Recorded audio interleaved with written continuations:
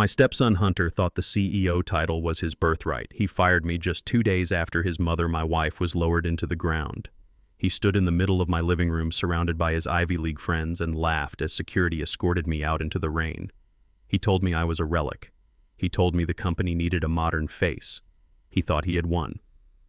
What Hunter did not know was that he had only inherited the title, not the engine. He didn't know that I still own 80% of the intellectual property and assets that make the company run. He thought he was throwing out the trash, but he was actually throwing away the keys to the kingdom. Monday morning is going to be very interesting. My name is Alonzo Hayes. I am 68 years old. I have spent my life with grease under my fingernails and diesel fuel in my veins.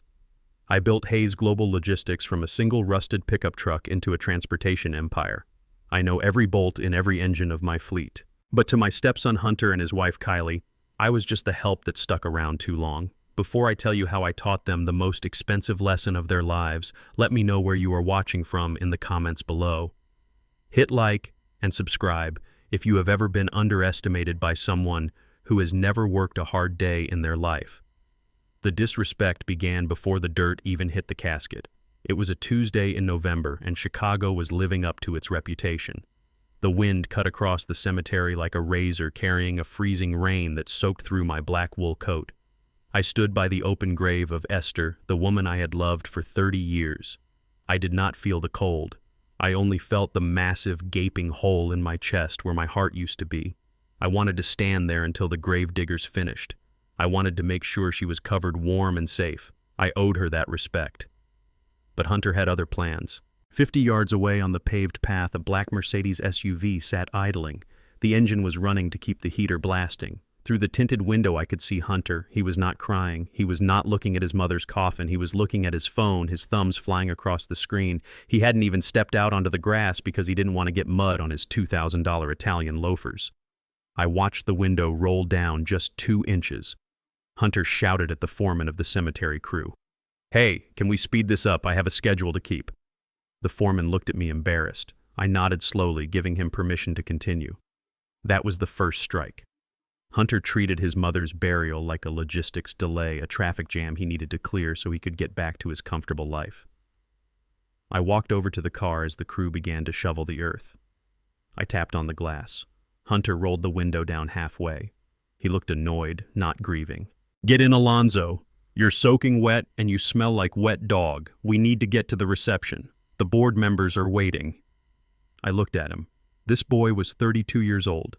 He had an MBA on his wall and a silver spoon in his mouth that I had paid for. I spoke quietly. "Your mother is being buried, Hunter. Turn off the engine and show some respect." He scoffed, rolling his eyes. "She's gone, Alonzo. Standing in the rain isn't going to bring her back. Besides, Kylie is waiting for us at the house to go over the catering bill." I turned my back on him and walked back to the grave. I stood there for another 20 minutes until the last spade of dirt smoothed over the mound. I said my final goodbye to Esther, promising her I would try to keep the peace.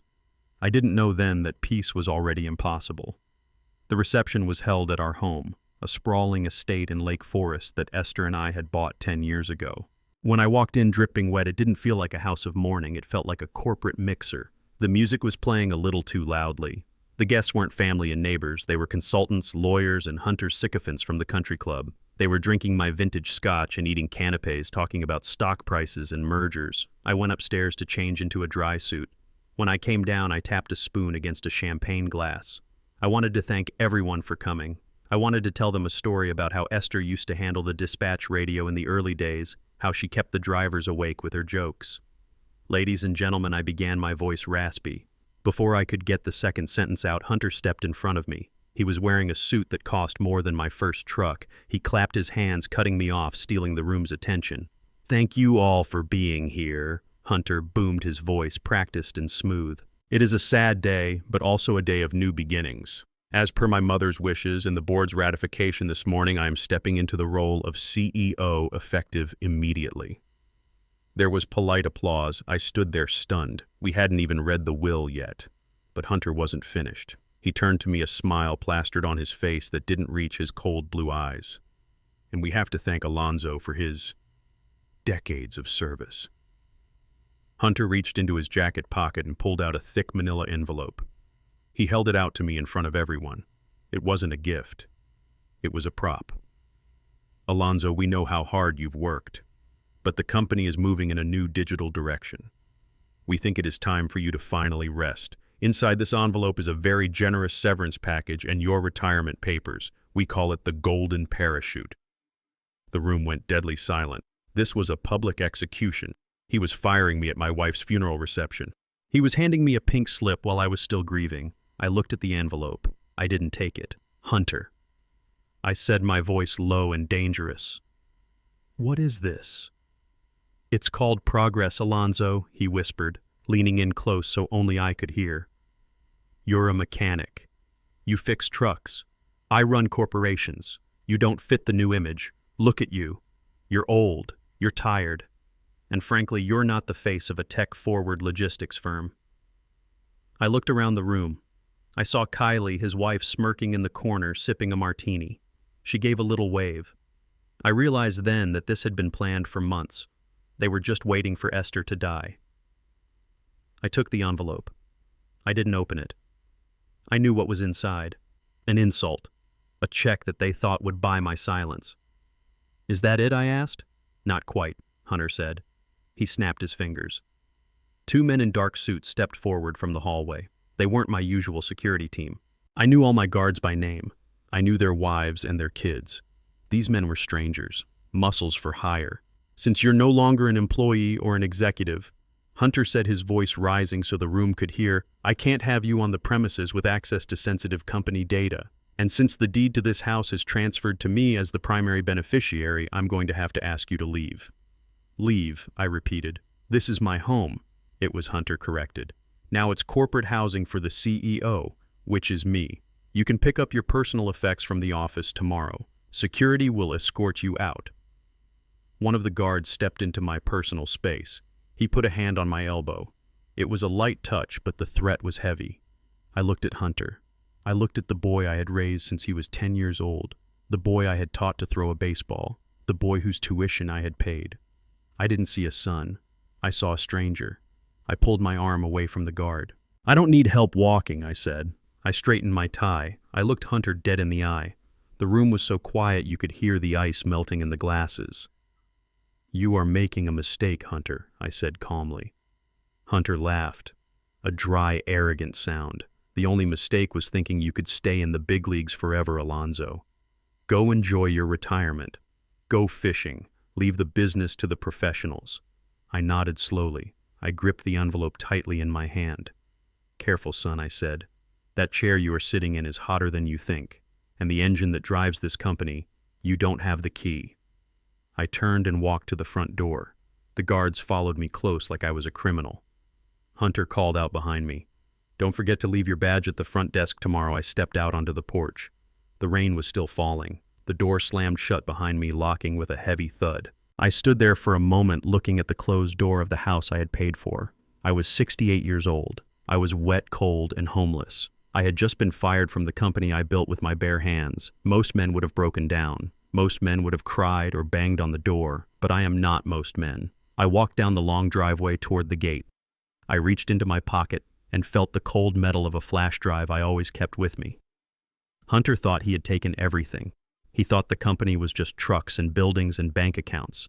He forgot about the paperwork. He forgot that 10 years ago I separated the assets. He forgot that while he was partying in college, I was restructuring the holding company. I took out my phone. It was wet with rain. I dialed a number. Sienna, I said when she answered. Alonzo, is everything okay? I heard about the funeral. I am so sorry. Save the condolences, I said, my voice steady. Initiate Protocol 0.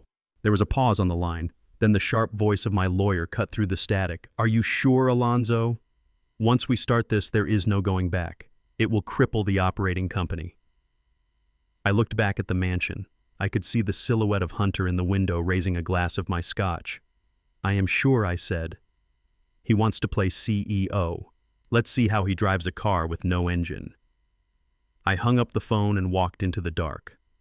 Monday morning was coming, and it was going to be a bloodbath. I arrived at the headquarters of Hayes Global Logistics at 9 o'clock sharp the next morning. The building was a structure of steel and glass that I had commissioned 15 years ago. It stood tall against the gray Chicago skyline, a monument to 3 decades of sweat and sacrifice.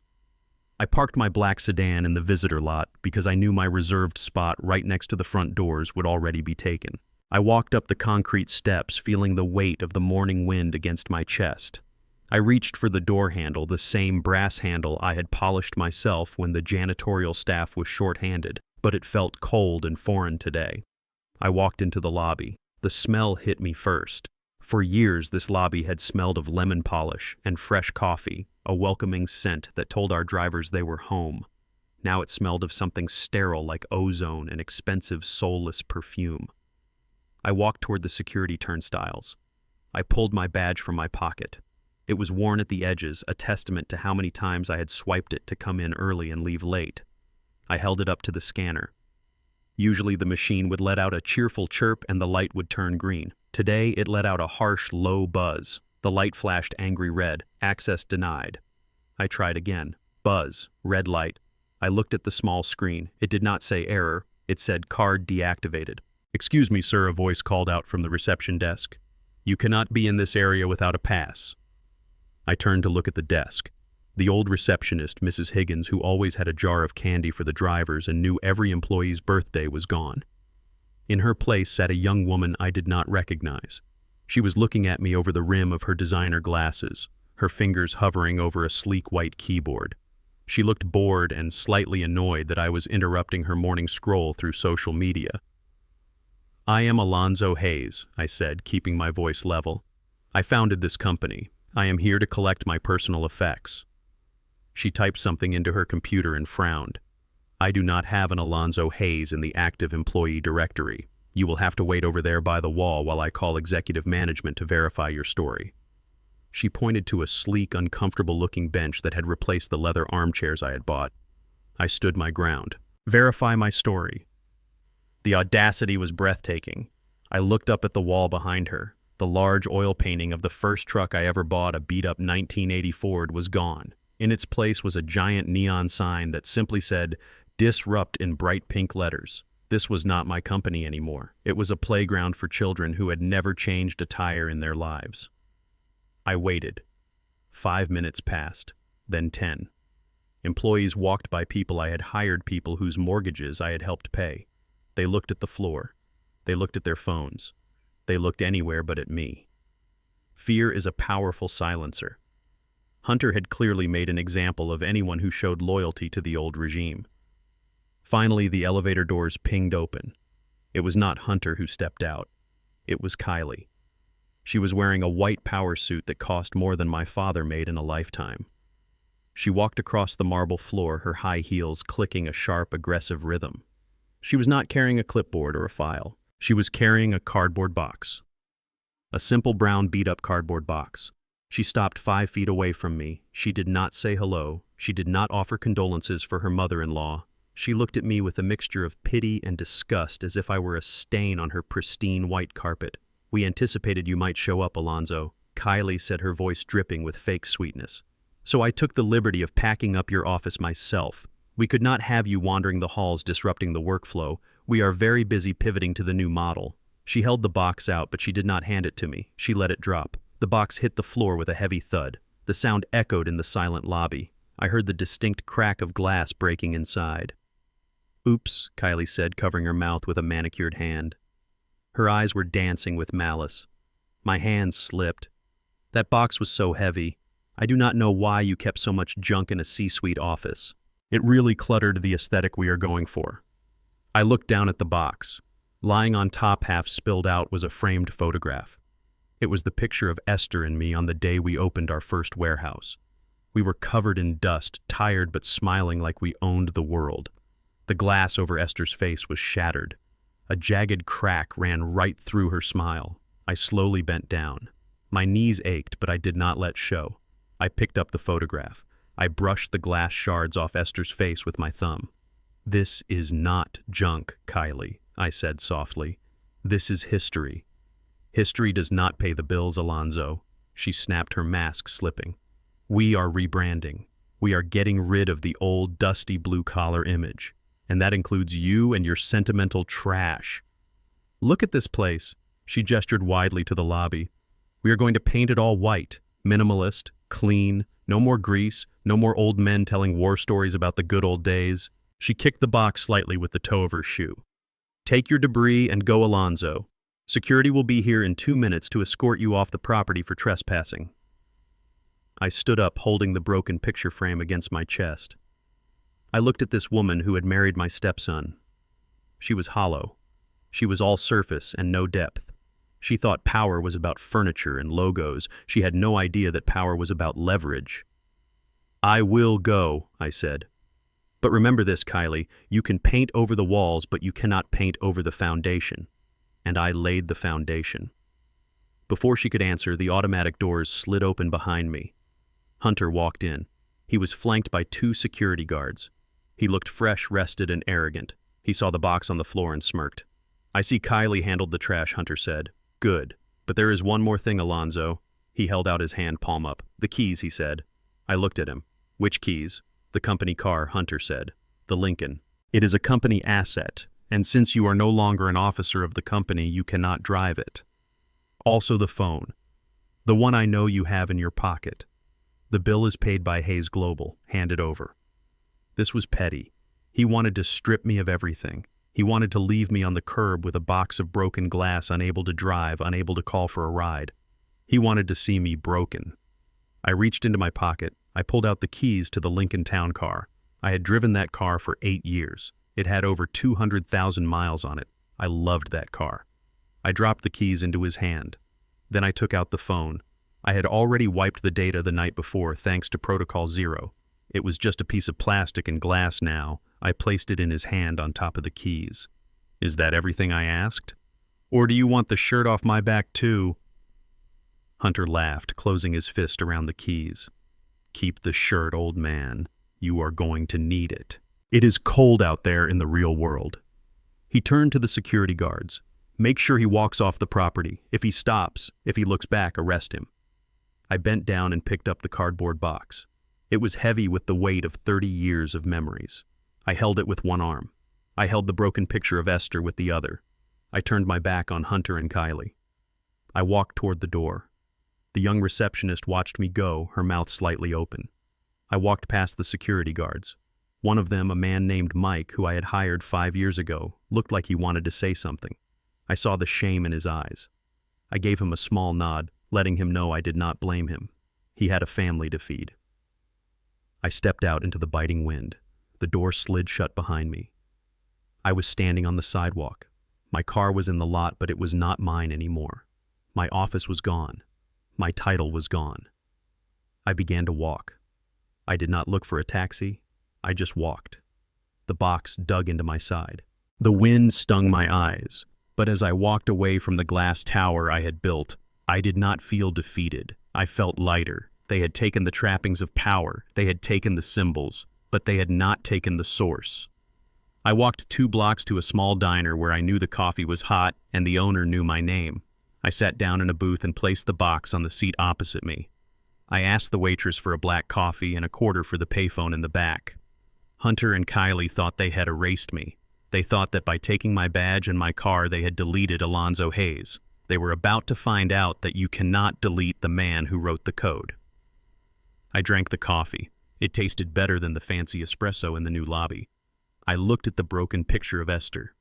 Don't worry, honey, I whispered to the glass. We are just getting started. I stood up and walked to the payphone. It was time to make the call that would turn their victory party into a funeral. I dropped the quarter in the slot. It made a solid, heavy sound, the sound of consequences falling into place.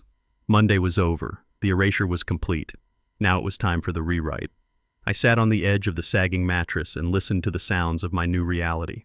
The apartment was a third-floor walk-up in a part of Chicago where the streetlights flickered and the police sirens were a lullaby. The wallpaper was peeling in the corner, revealing layers of paint from decades past, like rings on a tree that had been poisoned.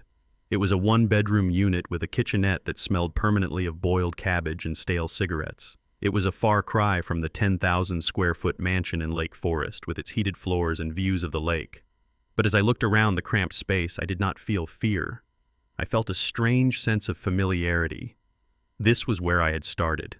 This was the kind of place where Esther and I had lived when we were young, counting pennies to buy diesel for the truck. The radiator clanked and hissed, spitting out a dry heat that made my throat scratchy. I walked to the window and looked down at the street. A group of teenagers were gathered on the corner laughing and smoking. A stray dog was sniffing at a garbage bag. It was ugly, but it was real. In Lake Forest, the silence was expensive. Here, the noise was free. I had brought only the clothes on my back and the few items in the box Kylie had kicked across the lobby floor. I placed the broken picture of Esther on the small, wobbly nightstand. Even with the glass shattered, her smile lit up the dingy room. I touched her face through the cracks. "They took the house, Esther," I whispered, "but they cannot take the home we built inside us." I went to the small fridge. It was empty except for a carton of milk and a sandwich I had bought from the corner store. I realized I had not eaten in 24 hours. My stomach growled, but my appetite was gone. I was running on adrenaline and a cold, simmering rage. I was 68 years old, a multi-millionaire on paper, eating a turkey sandwich in a room that cost less than Hunter's shoes. The absurdity of it almost made me laugh. Almost. But the laughter died in my throat when I heard a heavy, hesitant knock at the door. I stiffened. Few people knew where I was. I had used cash to rent this place under a fake name to avoid Hunter's lawyers finding me too quickly. I walked to the door and looked through the peephole. The fisheye lens distorted the face on the other side, but I would recognize that grease-stained cap anywhere. It was Barney. I opened the door. Barney stood there, twisting his cap in his large, calloused hands. He was wearing his Hayes Global Mechanic uniform, but the patch with his name on it had been ripped off, leaving a dark square on the chest. Barney was 60 years old. He had been with me for 35 of them. He was the first mechanic I ever hired. He knew the engines of my fleet better than he knew his own children. But today, the man who could fix a transmission in a blizzard looked broken beyond repair. "Boss Barney," said, his voice cracking. "I didn't know where else to go. I asked around at the diner. They said you might be here."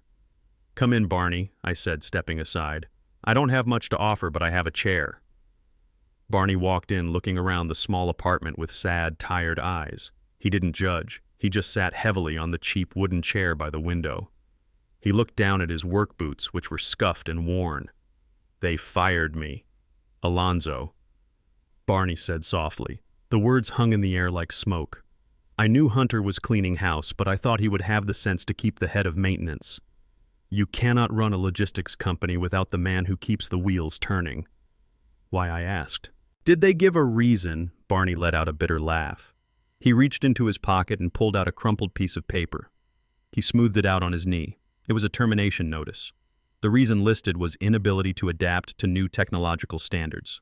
Tech standards. I asked, confused. "Barney, you can diagnose an engine problem just by listening to the vibration. You are the best mechanic in the state." "That doesn't matter anymore," Barney said, tears welling up in his eyes. "Hunter brought in these new consultants. They gave us all iPads. They said we had to log every repair, every oil change, every tightened bolt into this new cloud system. I tried Alonzo. I really tried. But my fingers are thick. I have arthritis. I pressed the wrong buttons. I couldn't navigate the menus fast enough." He looked up at me, and the pain in his face broke my heart. "Hunter came down to the garage this morning," Barney continued. "He saw me struggling with the tablet.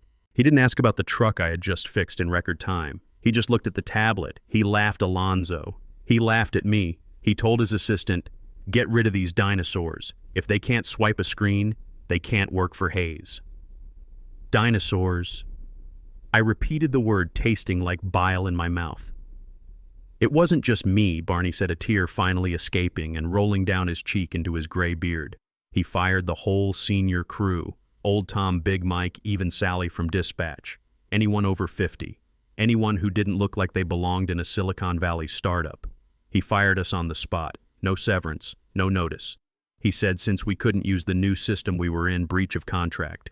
Barney put his face in his hands. "I have a mortgage, Alonzo. My wife needs insulin. I have 2 years until I can claim Social Security. I don't know what to do. Who is going to hire a 60-year-old mechanic who can't use an iPad?" I looked at Barney shaking in that cheap chair. This man had once driven a tow truck through a hurricane to save a stranded driver.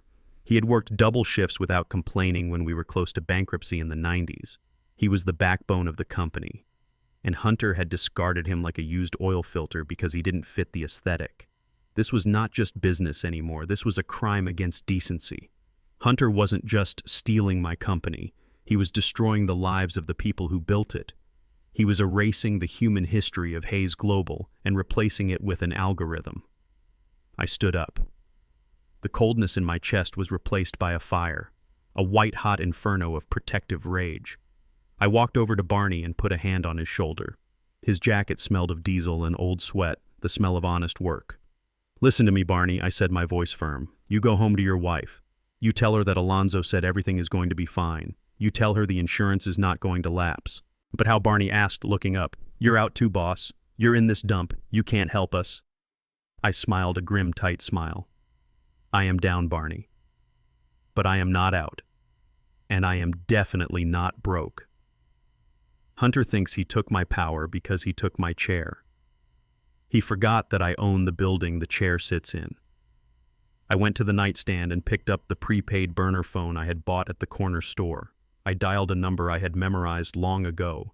It rang twice before a sharp professional voice answered. "Sienna Davis, attorney at law." "Sienna, it's Alonzo," I said. "Alonzo, I have been trying to reach you," she said, her voice filled with relief. "The board is in chaos. Hunter is announcing a partnership with TechStream tomorrow. He is claiming he has modernized the workforce." "He didn't modernize it," I said, looking at Barney. "He gutted it. He fired the senior maintenance crew. He fired Barney." There was a silence on the line. Sienna knew Barney. She knew he was family. "That foolish boy," Sienna whispered. "Does he not know that the maintenance records are required by federal law to be signed off by a certified master mechanic? He thinks an app can do it," I said. "But that is not why I am calling. Sienna, I want you to execute the nuclear option." "Alonzo, wait," she cautioned. "If we do that, we freeze everything. The accounts, the assets, the fleet. It will cost millions in lost revenue. It could bankrupt the operating company." I looked at Barney, who was wiping his eyes with a dirty rag. I looked at the peeling wallpaper. I thought about Hunter's Italian loafers and Kylie's smirk. "I don't care about the revenue," I said. "I built that company from zero. I can build it again. But I will not let him use my legacy to starve my people. Sienna, open the safe in your office. Pull out the operating agreement for Hayes Holdings. Look at Section 4, Paragraph C." I heard the sound of papers shuffling on the other end. Sienna was fast. "I have it," she said. "The clause regarding essential personnel and intellectual property integrity. Read it," I commanded. "It says..." Sienna paused, and I could hear the smile spreading in her voice. "It says that the lease of all heavy machinery and the license for the client database is contingent upon the continuous employment of key personnel designated by the chairman." "And who is the chairman?" I asked. "You are Alonzo. And who are the designated key personnel?" She read further. "The list includes the chief operations officer and the head of maintenance." "Exactly," I said. By firing Barney, Hunter didn't just fire a mechanic. He violated the master lease agreement. He just legally voided his right to use my trucks. "I want you to draft the cease and desist order tonight," I said. "But don't send it yet. Let him have his press conference with TechStream tomorrow. Let him stand on that stage and brag about his high-tech future." "I understand," Sienna said. "We hit him when the spotlight is brightest." "Precisely. And Sienna, transfer $50,000 from my personal trust to Barney's account. Tell him it is a consulting fee. I need him to be ready." "Ready for what?" Barney asked, standing up, hope returning to his eyes. "Ready to get back to work," I said. I hung up the phone.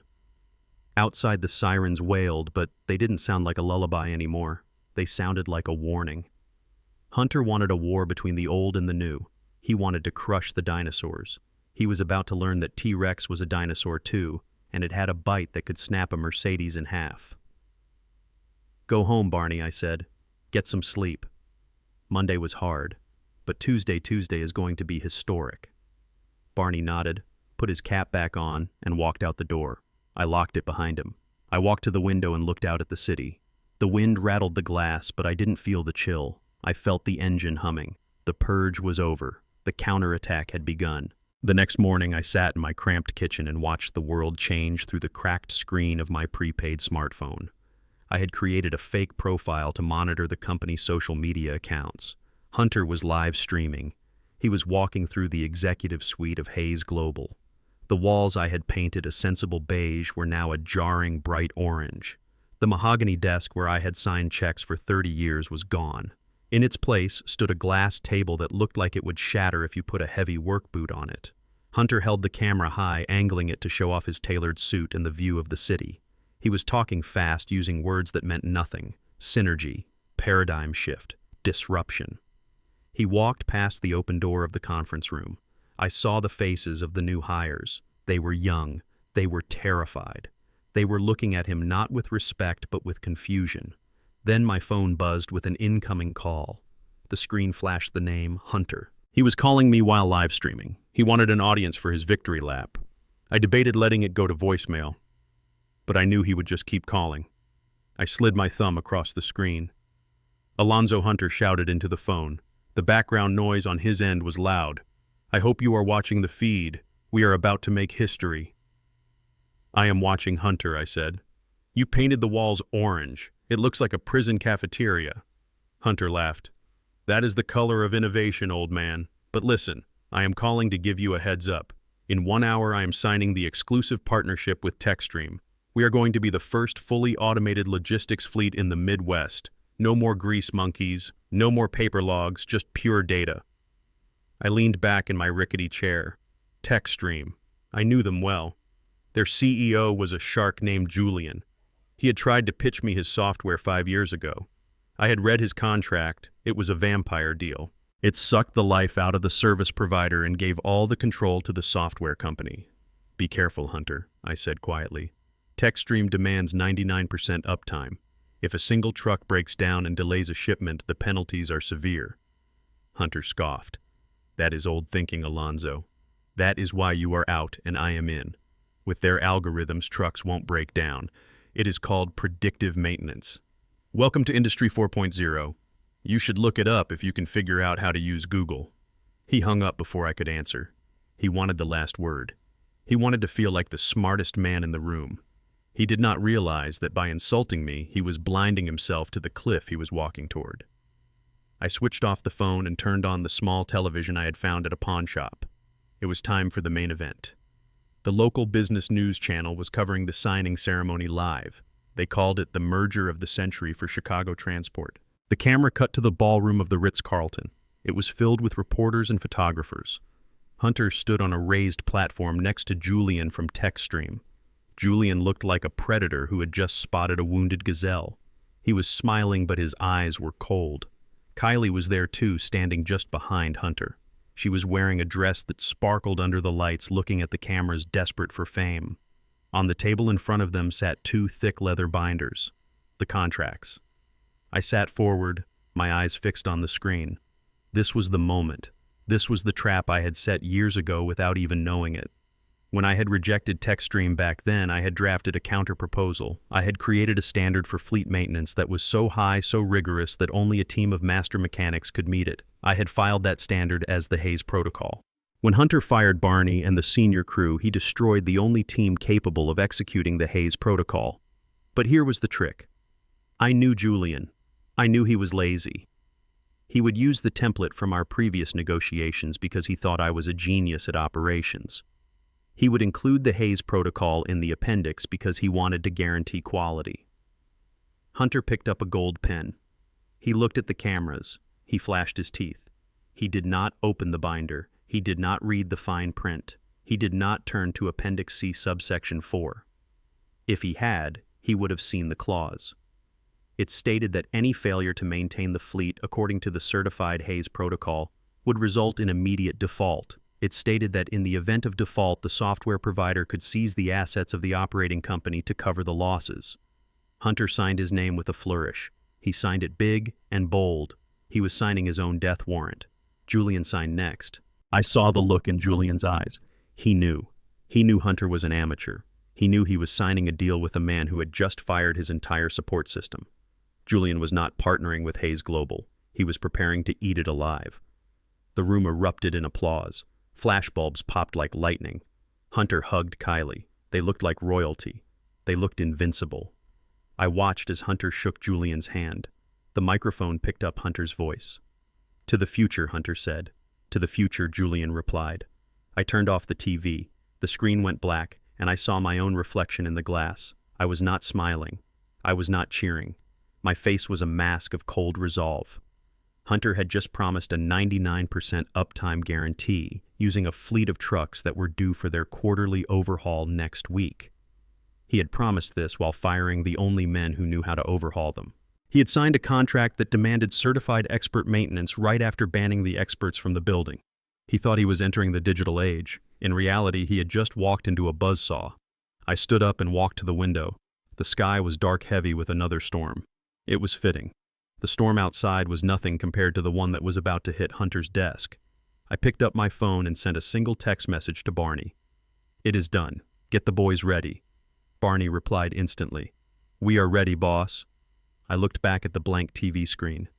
Enjoy the champagne, Hunter, I said to the empty room. Drink it all. Because by this time next week, you won't even be able to afford the water. The trap was sprung. The jaws were open. Now all I had to do was wait for the first truck to stall. And with the Chicago winter coming, I knew I wouldn't have to wait long. Monday was interesting. But the rest of the week was going to be a disaster for them, and a masterclass for everyone else. While 70 miles outside of Chicago, a disaster was unfolding on the shoulder of Interstate 90, my stepson was busy toasting to his own brilliance. The wind was howling across the plains, dropping the temperature to 10 degrees below zero. Truck number 452, a beast of a machine that had been the pride of my fleet, sat dead in the darkness. The driver was a man named Miller. He had been with me for 15 years. He was a good man with 3 kids and a mortgage. He knew his truck better than he knew his own wife. When the engine started to cough and the temperature gauge spiked into the red, Miller knew exactly what was wrong. It was the high-pressure oil pump. It was a known issue with that model year. In the old days, Miller would have called Barney directly on the radio. Barney would have diagnosed it in 10 seconds. He would have told Miller exactly which valve to tap to get it limping to the next service station where a replacement part would already be waiting. But Barney was gone. His radio channel was dead silence. Instead, Miller had to use the new app on the iPad Hunter had installed in every cab. He tapped the screen with freezing fingers. He navigated through 5 different menus just to report a breakdown. When he finally got through to the dispatch center, he wasn't talking to a mechanic. He was talking to a call center agent in another country who had never seen a semi-truck in real life. Please hold while I create a ticket, the voice said pleasantly. I am freezing to death out here, Miller shouted into the phone. The engine is dead. I need a tow and a mechanic. I understand, sir, the voice replied. But according to the system, your truck was marked as serviced yesterday. The predictive maintenance software says it should be running at 100% efficiency. The software is wrong, Miller yelled, watching his breath turn to ice on the windshield. The oil pump is blown. Send help. I cannot override the system, sir, the agent said. I will flag this for review by a manager on Monday morning. Please stay with your vehicle. Miller threw the iPad onto the passenger seat. He wrapped himself in his blanket and looked out at the snow whipping past. He was alone. He was cold. And he knew that the cargo in the back, $50,000 worth of fresh produce, would be frozen solid by sunrise. The fleet was bleeding, but the new captain was too busy looking in the mirror to notice the wound. Back in the city, the ballroom of the Drake Hotel was warm and smelled of expensive perfume and arrogance. Kylie had outdone herself. She had taken the emergency maintenance fund, the money I kept in a separate account, for exactly the kind of situation Miller was facing, and she had spent it on a party. She called it the Hayes Global Rebranding Gala. I stood at the back of the room, hidden in the shadows of a large pillar, and watched them burn my legacy. There were ice sculptures in the shape of the new logo. There were waitstaff circulating with trays of caviar and champagne. The flowers alone must have cost more than a replacement engine. Kylie was wearing a silver dress that looked like it was made of diamonds. She was laughing loudly, holding court with a group of bankers and fashion influencers who had never shipped a package in their lives. Hunter stood next to her looking like a prince who had just been crowned. He was telling a story to a group of investors, gesturing wildly with his hands. I could tell by the way he was moving that he was lying. He was selling them a dream that was built on a foundation of crumbling concrete. I adjusted my tuxedo. It was a classic black suit tailored to fit me perfectly 20 years ago. It was not trendy. It was not slim fit. It was authoritative. I walked out of the shadows and into the light. The room went quiet. It started as a ripple near the door and spread like a wave until even the jazz band stopped playing. Heads turned. Whispers started. Why is he here? I thought he was fired. Is that Alonzo? I walked straight through the center of the crowd. I did not look down. I did not apologize for my presence. People parted for me like the Red Sea. I saw the look on their faces. It was not pity anymore. It was respect. They saw a man who carried himself with the dignity of a founder. Hunter saw me coming. His smile faltered. He looked at the security guards by the door, but they were not moving. I had walked in with Julian, the CEO of TechStream. Julian had invited me personally, thinking it would be a funny power play to have the old lion watch the young wolf eat.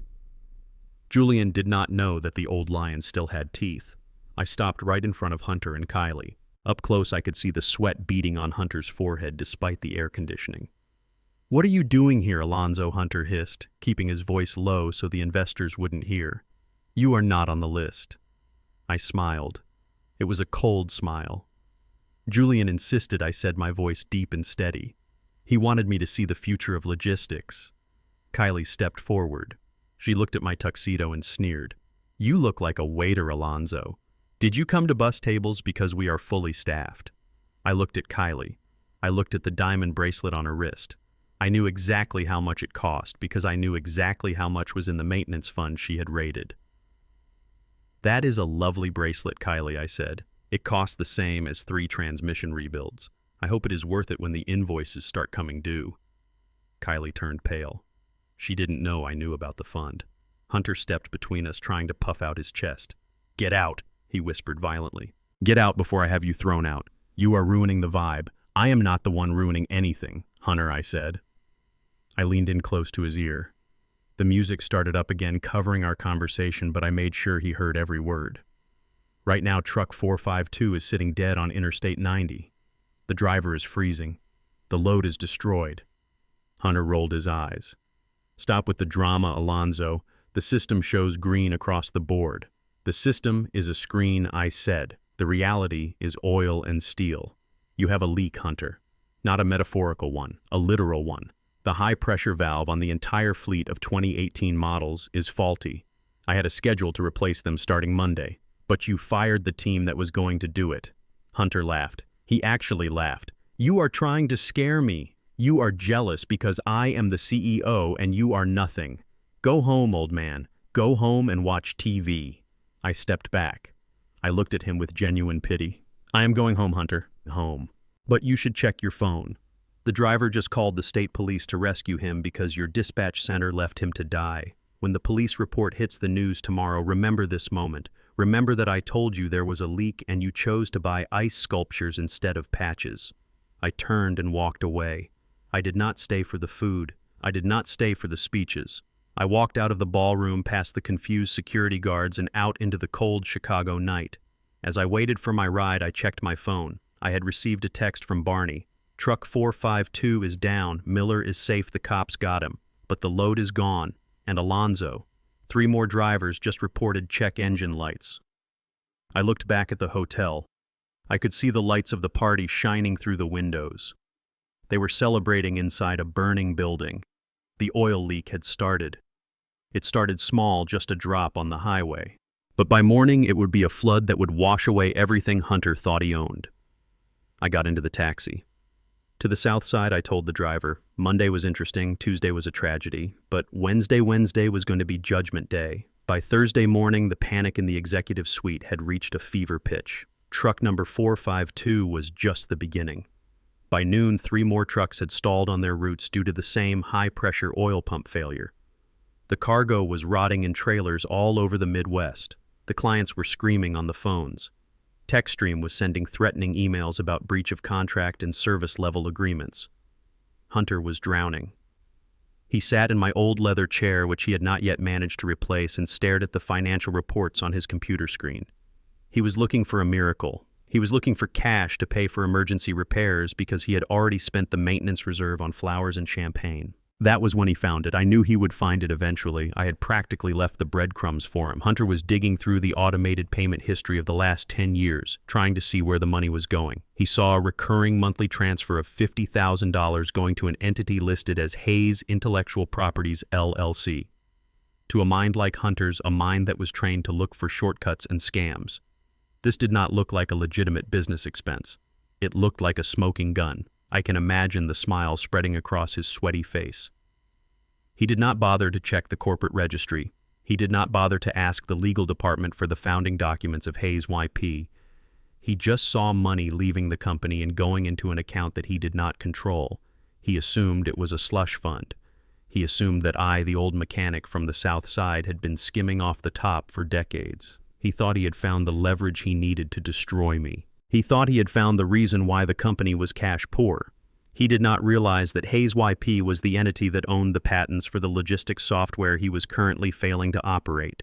He did not realize he was looking at the rent check, not the robbery.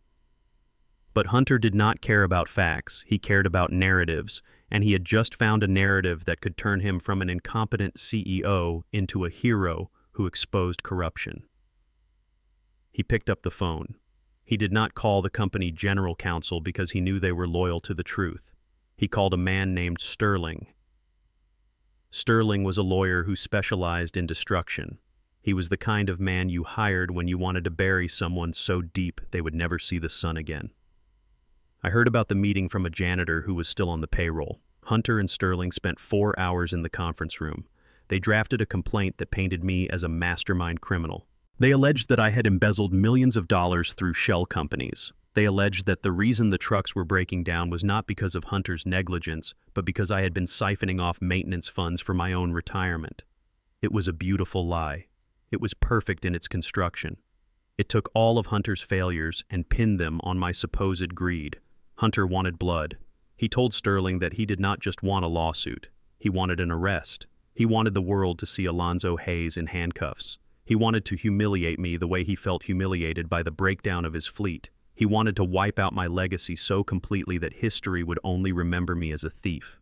He instructed Sterling to bypass the usual civil procedures and go straight to the district attorney.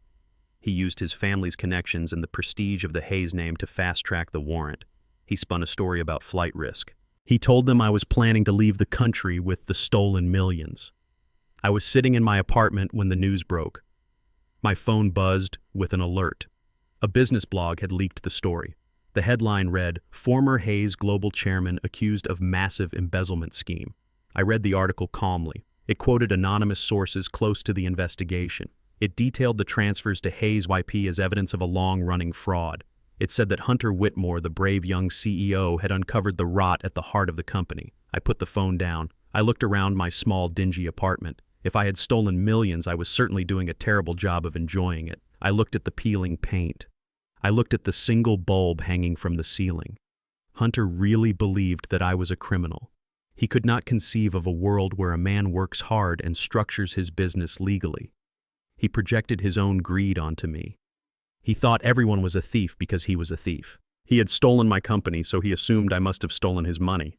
I stood up and went to the closet. I took out my best suit. It was a charcoal gray 3-piece suit that Esther had bought me for our 25th anniversary. I put on a crisp white shirt. I tied my tie with steady hands. I polished my shoes until they shone in the dim light. I was not going to meet them in my pajamas.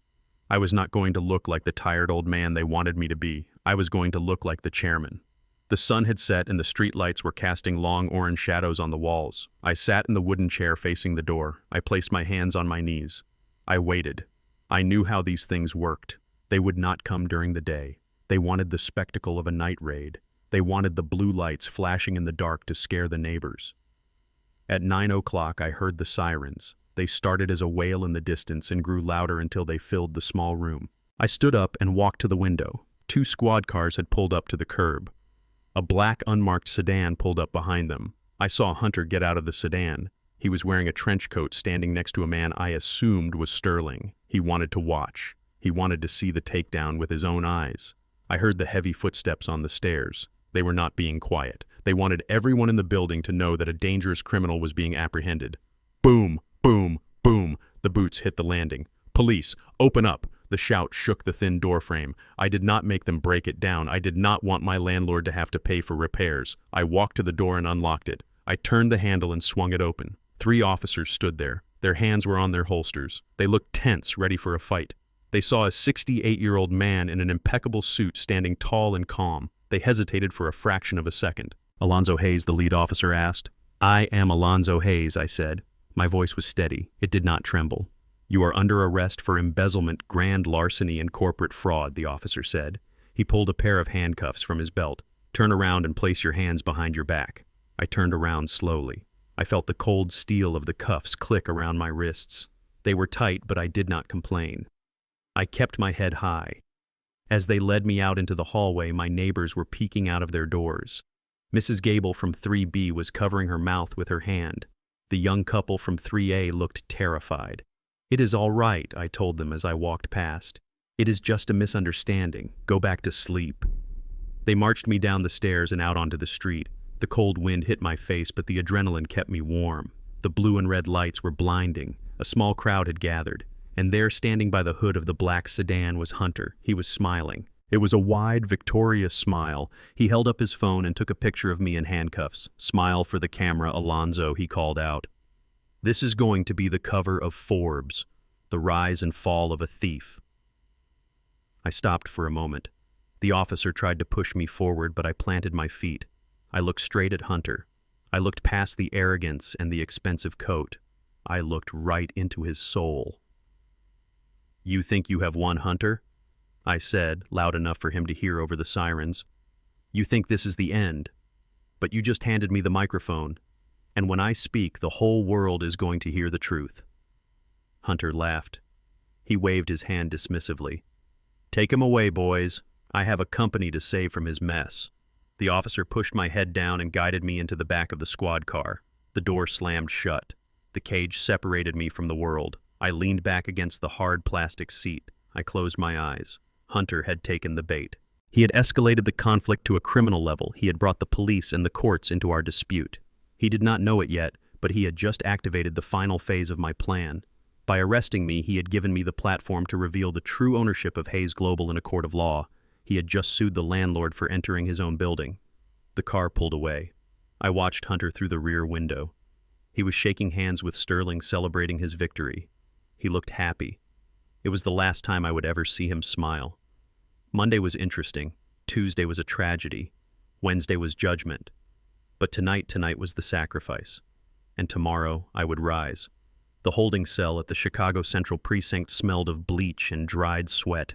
It was a smell I knew from my youth, back before I built the empire, back when I was just a kid from the South Side trying to survive. I sat on the cold metal bench and watched the small television mounted in the corner of the room. It was tuned to the 24-hour news cycle, and my face was on every channel. They had used a mugshot from 30 years ago, a booking photo from a protest I had attended in my 20s. Beside it, they placed a photo of Hunter. He looked polished, concerned, and heartbroken. The headline scrolled across the bottom of the screen in bright red letters. "Logistics tycoon arrested in multi-million-dollar embezzlement scandal." The news anchor, a woman with perfect hair and a serious expression, was reading the script Hunter had undoubtedly fed her. She spoke about how the young, innovative CEO Hunter Whitmore had discovered a massive financial black hole in the company accounts. She spoke about betrayal. She said that while the company was struggling to modernize, its former chairman had been draining its resources to fund a secret life. I watched as they interviewed people on the street. "Do you think he is guilty?" the reporter asked a young man in a hoodie. The man shrugged. "Rich guys are always stealing something," he said. "It does not surprise me." I leaned my head back against the concrete wall. In the span of 3 hours, Hunter had destroyed a reputation I had spent 40 years building. To the city of Chicago, I was no longer the man who donated to food banks and sponsored youth baseball teams. I was a thief. I was a greedy old man who stole from his own stepson. The shame should have been crushing. It should have made me want to hide my face. But I did not feel shame. I felt a cold, calculating resolve. Hunter had played his card. He had gone all in. He had used the media and the police to paint a picture of guilt. But he had forgotten one thing. Paint can be washed away, but documents are written in ink. The heavy steel door buzzed and swung open. A detective walked in. He was a man in his 50s with tired eyes and a coffee stain on his tie. He carried a thick file folder. He did not look like a man who enjoyed his job. He looked like a man who wanted to close a case and go home. He sat down at the metal table, bolted to the floor, and gestured for me to sit opposite him. "My name is Detective Miller," he said, opening the file. "We have the bank records, Mr. Hayes. We have the transfer logs. $50,000 a month going into a shell company called Hayes Intellectual Properties. It looks pretty bad." I sat down. I did not slouch. I folded my hands on the table. It looks bad because you are looking at it through a keyhole, detective, I said calmly. You are seeing the money leave, but you are not asking where it is going or why. It is going to you, Miller said, tapping a document. You are the sole signatory of Hayes Intellectual Properties. You are paying yourself with company money. That is embezzlement. I shook my head slowly. No, detective. That is rent. Miller paused. He looked up from the file. Excuse me, I leaned forward. I spoke slowly so there would be no confusion. Hayes Global Logistics is an operating company. It employs the drivers, it buys the fuel, it manages the contracts. But it does not own the assets. It does not own the trucks. It does not own the software code. And it certainly does not own the brand name. All of those assets are owned by a holding company, Hayes Intellectual Properties. Miller frowned. He flipped through the pages in his file. I don't see any lease agreements here. That is because Hunter did not give them to you, I said. Hunter does not even know they exist. He found a payment schedule and assumed it was theft. But if you look at the corporate charter of Hayes Global, filed 10 years ago with the Secretary of State, you will see a master service agreement. It states clearly that the operating company must pay a monthly licensing fee to the holding company for the use of the brand and the proprietary logistics software. I sat back. The $50,000 is not stolen money, detective. It is a discounted rate. Market value would be double that. I was being generous to the company because I was the chairman. Miller stopped tapping the paper.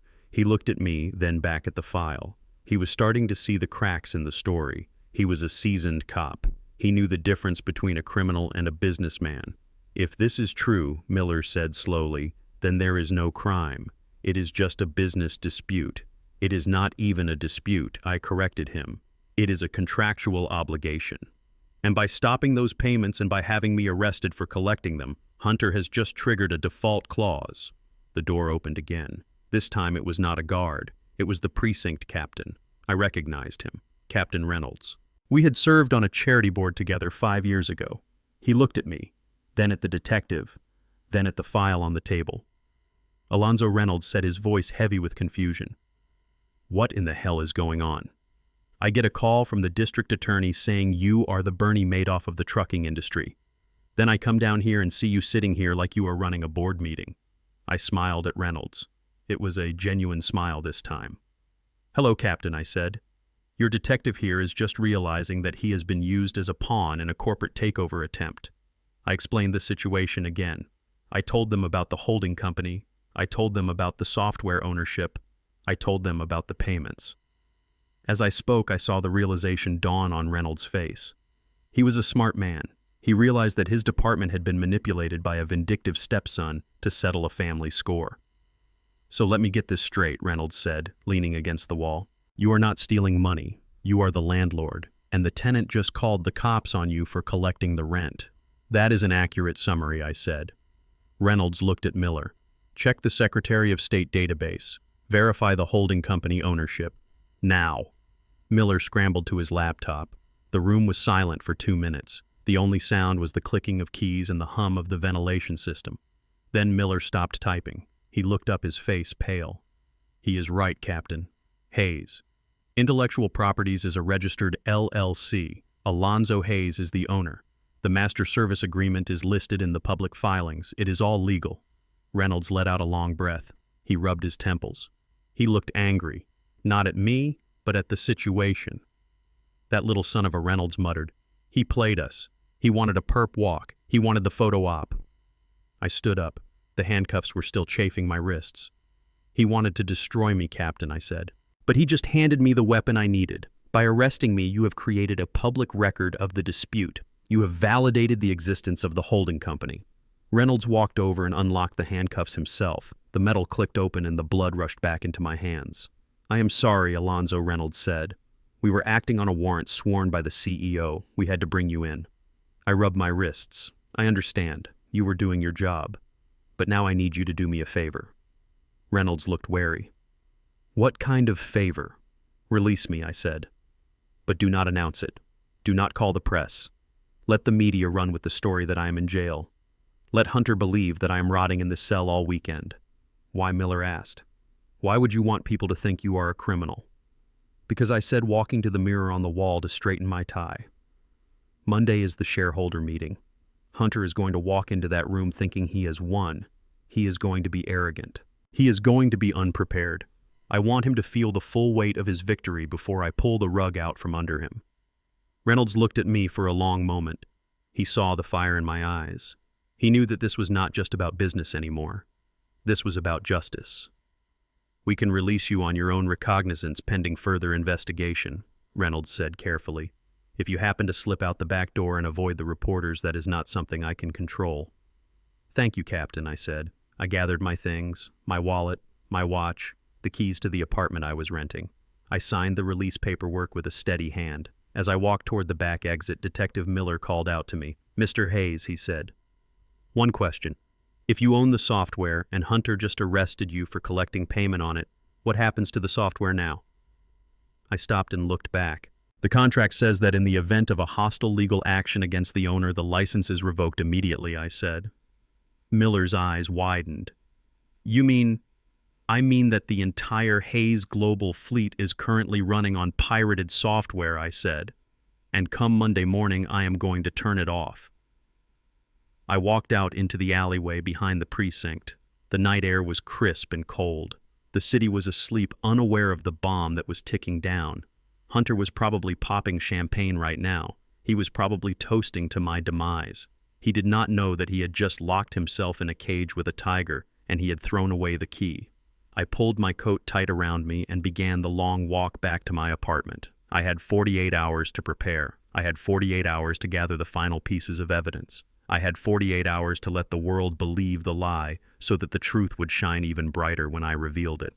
The silence of the night was heavy, but it was not empty. It was filled with anticipation. The storm was over. The flood was coming, and I was the one who controlled the dam. The silent chairman was about to speak, and his voice would shake the foundations of the earth. Sunday was supposed to be their victory lap. While I sat in my small apartment reading a paperback novel and drinking instant coffee, Hunter and Kylie were popping corks in the executive penthouse of the Hayes Global Tower. They had spent the morning giving interviews to business journals describing how they had saved the company from the corruption of the past. They painted themselves as the heroes who had excised the cancer. I was the cancer. They were the surgeons. They believed the lie so completely that they had forgotten who built the hospital. I can picture the scene perfectly because I know them. I know that Kylie would have ordered the most expensive catering platter available even though it was just the two of them. She would be wearing one of her designer dresses, treating the empty office like a runway. Hunter would be sitting in my chair with his feet up on the desk holding a glass of vintage Dom Perignon. He would be looking out at the city feeling like a king. He thought the hard part was over. He thought sending me to jail was the checkmate. He did not realize that by arresting me he had not ended the game, he had simply started the clock on a bomb that was ticking beneath his feet. They were celebrating a theft they thought was a business strategy. Hunter was probably scrolling through his phone, reading the comments on the articles that bashed my reputation. "Look at this, Kylie," he would say. "Everyone is on our side. The stock is going to skyrocket on Monday." They were drunk on their own ego. They were so busy congratulating themselves on taking the keys to the castle that they never bothered to check if the locks had been changed. They ignored the fact that a company is not just a collection of trucks and buildings. It is a system, and systems run on rules. At exactly noon on Sunday, the rule that I had written into the core code of the Hayes Logistics operating system executed itself. It was a simple command, a few lines of code that I had programmed with the help of a young developer 10 years ago. It was a fail-safe, a dead man's switch.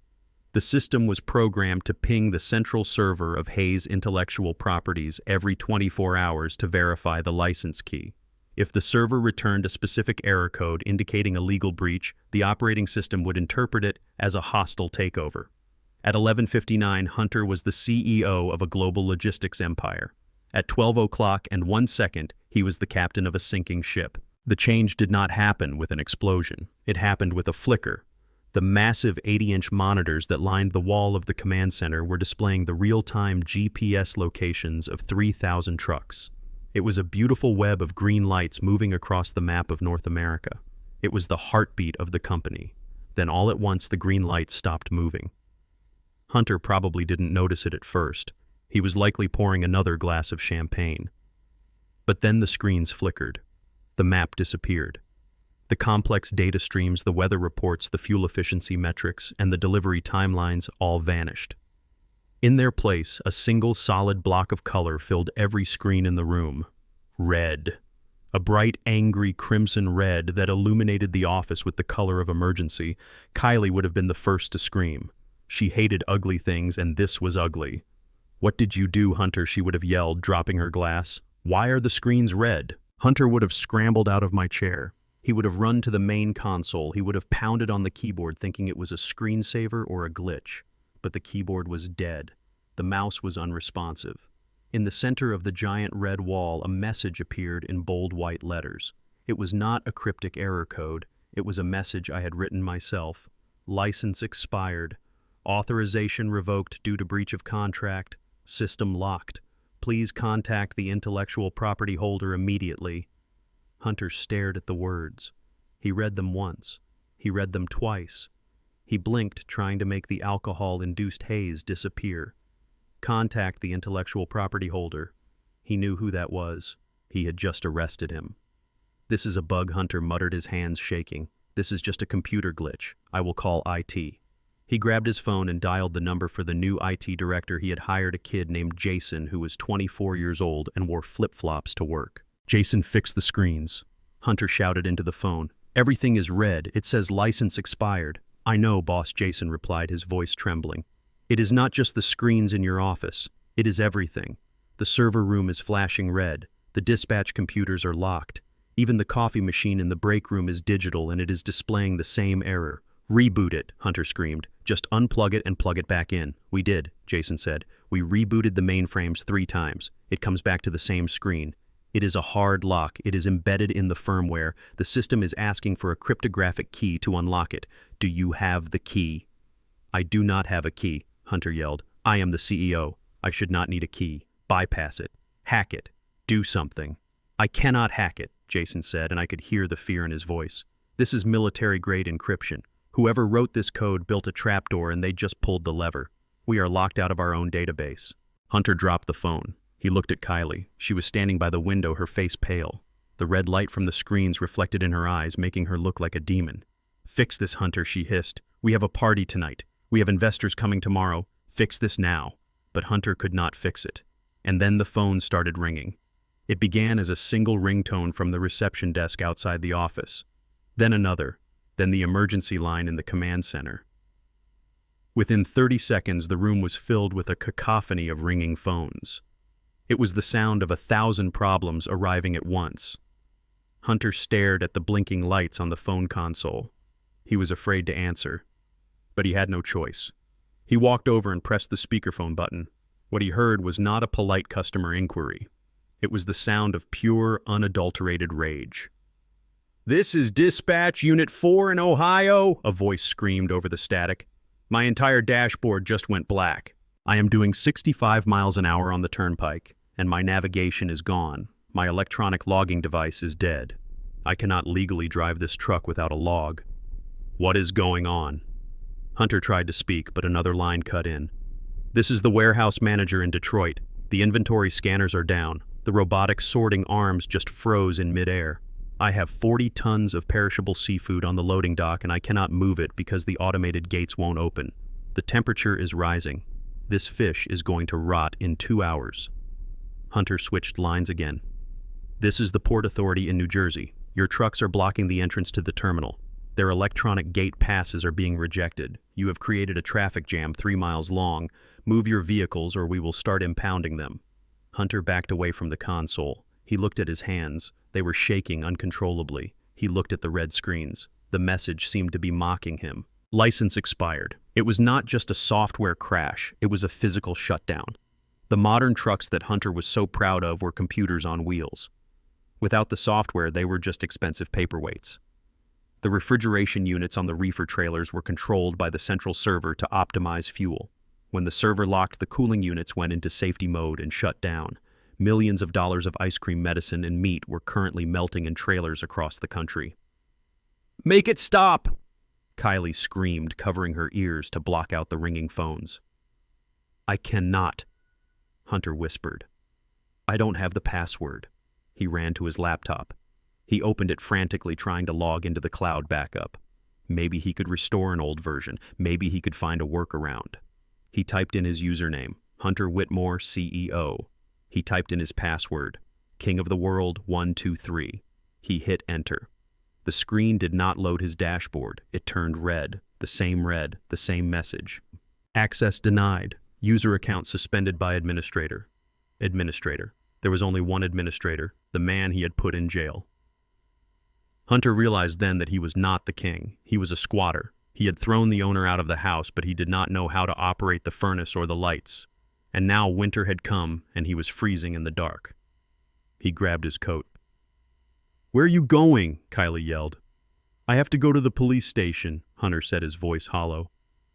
"I have to talk to Alonzo." "You cannot," Kylie said, grabbing his arm. "You had him arrested. If you go there and beg for help, you look weak. You admit that you need him." "I don't have a choice," Hunter shouted, pulling away from her. "The fish is rotting, Kylie. The trucks are stopped.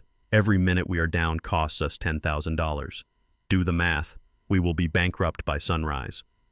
He ran out of the office, leaving Kylie alone with the red screens and the screaming phones. He took the elevator down to the garage. He got into his car and jammed the key into the ignition.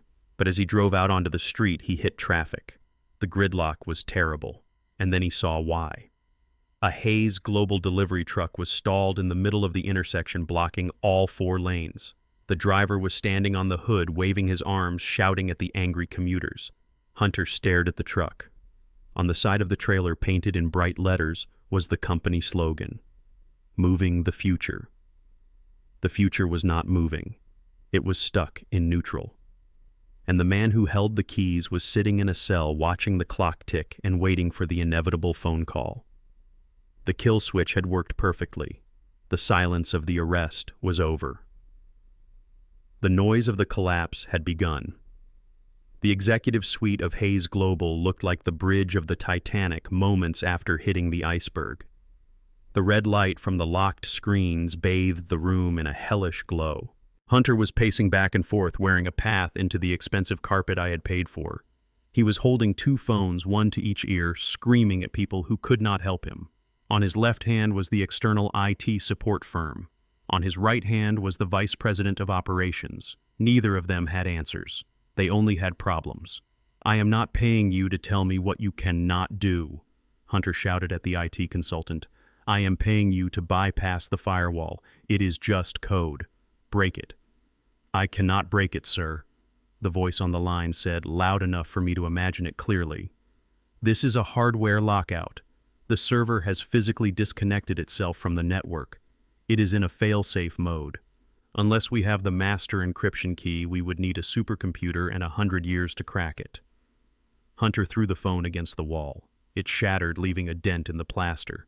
He did not care. He turned his attention to the other phone. "Just send the trucks anyway," he yelled at the operations VP. "Tell the drivers to use paper maps. Tell them to drive manual." "We cannot do that." "Sir," the VP stammered, "the trucks are electronic. The ignition interlock is tied to the central server. If the server says no, the engine does not turn over. We have 3,000 trucks that are effectively bricked. They are heavy metal statues blocking highways from New York to Los Angeles." Then the third phone rang. It was the red phone on the desk, the private line. Hunter froze. He knew who it was. There was only one person who had that number and would be calling at this hour on a Sunday night. It was Julian from TechStream. Hunter picked up the receiver with a trembling hand. "Julian," he said, trying to sound calm. "We are experiencing a minor technical glitch. We will have it sorted in an hour." "Hunter, stop lying." Julian's voice was cold as liquid nitrogen. "I am looking at my dashboard. Your entire fleet has gone dark. You have 0 uptime. Do you know what that means?" "It means we have a delay," Hunter said, wiping sweat from his forehead. "But we can fix it. It means you are in breach of contract." Julian cut him off. Section 9, Clause 2. If uptime drops below 90% for more than 4 hours, the penalty clause activates. You have been down for 6 hours. "We can work this out," Hunter pleaded. "Just give me until morning." "There is nothing to work out," Julian said. "My lawyers are drafting the paperwork right now. You owe TechStream $50 million in performance penalties. And since I know your operating company does not have that kind of cash on hand, we are exercising our lien on your accounts receivable. We are freezing your bank accounts, Hunter. Every penny that comes in goes to us until the debt is paid." "Wait," Hunter screamed. "You cannot do that. That will bankrupt us. We won't be able to pay payroll." "You should have thought of that before you signed a contract you could not honor," Julian said. "You have until 8 a.m. tomorrow to restore service. If the system is not green by the opening bell of the stock market, I am going public with the breach. Your stock will be worth less than the paper it is printed on. Good luck, Hunter."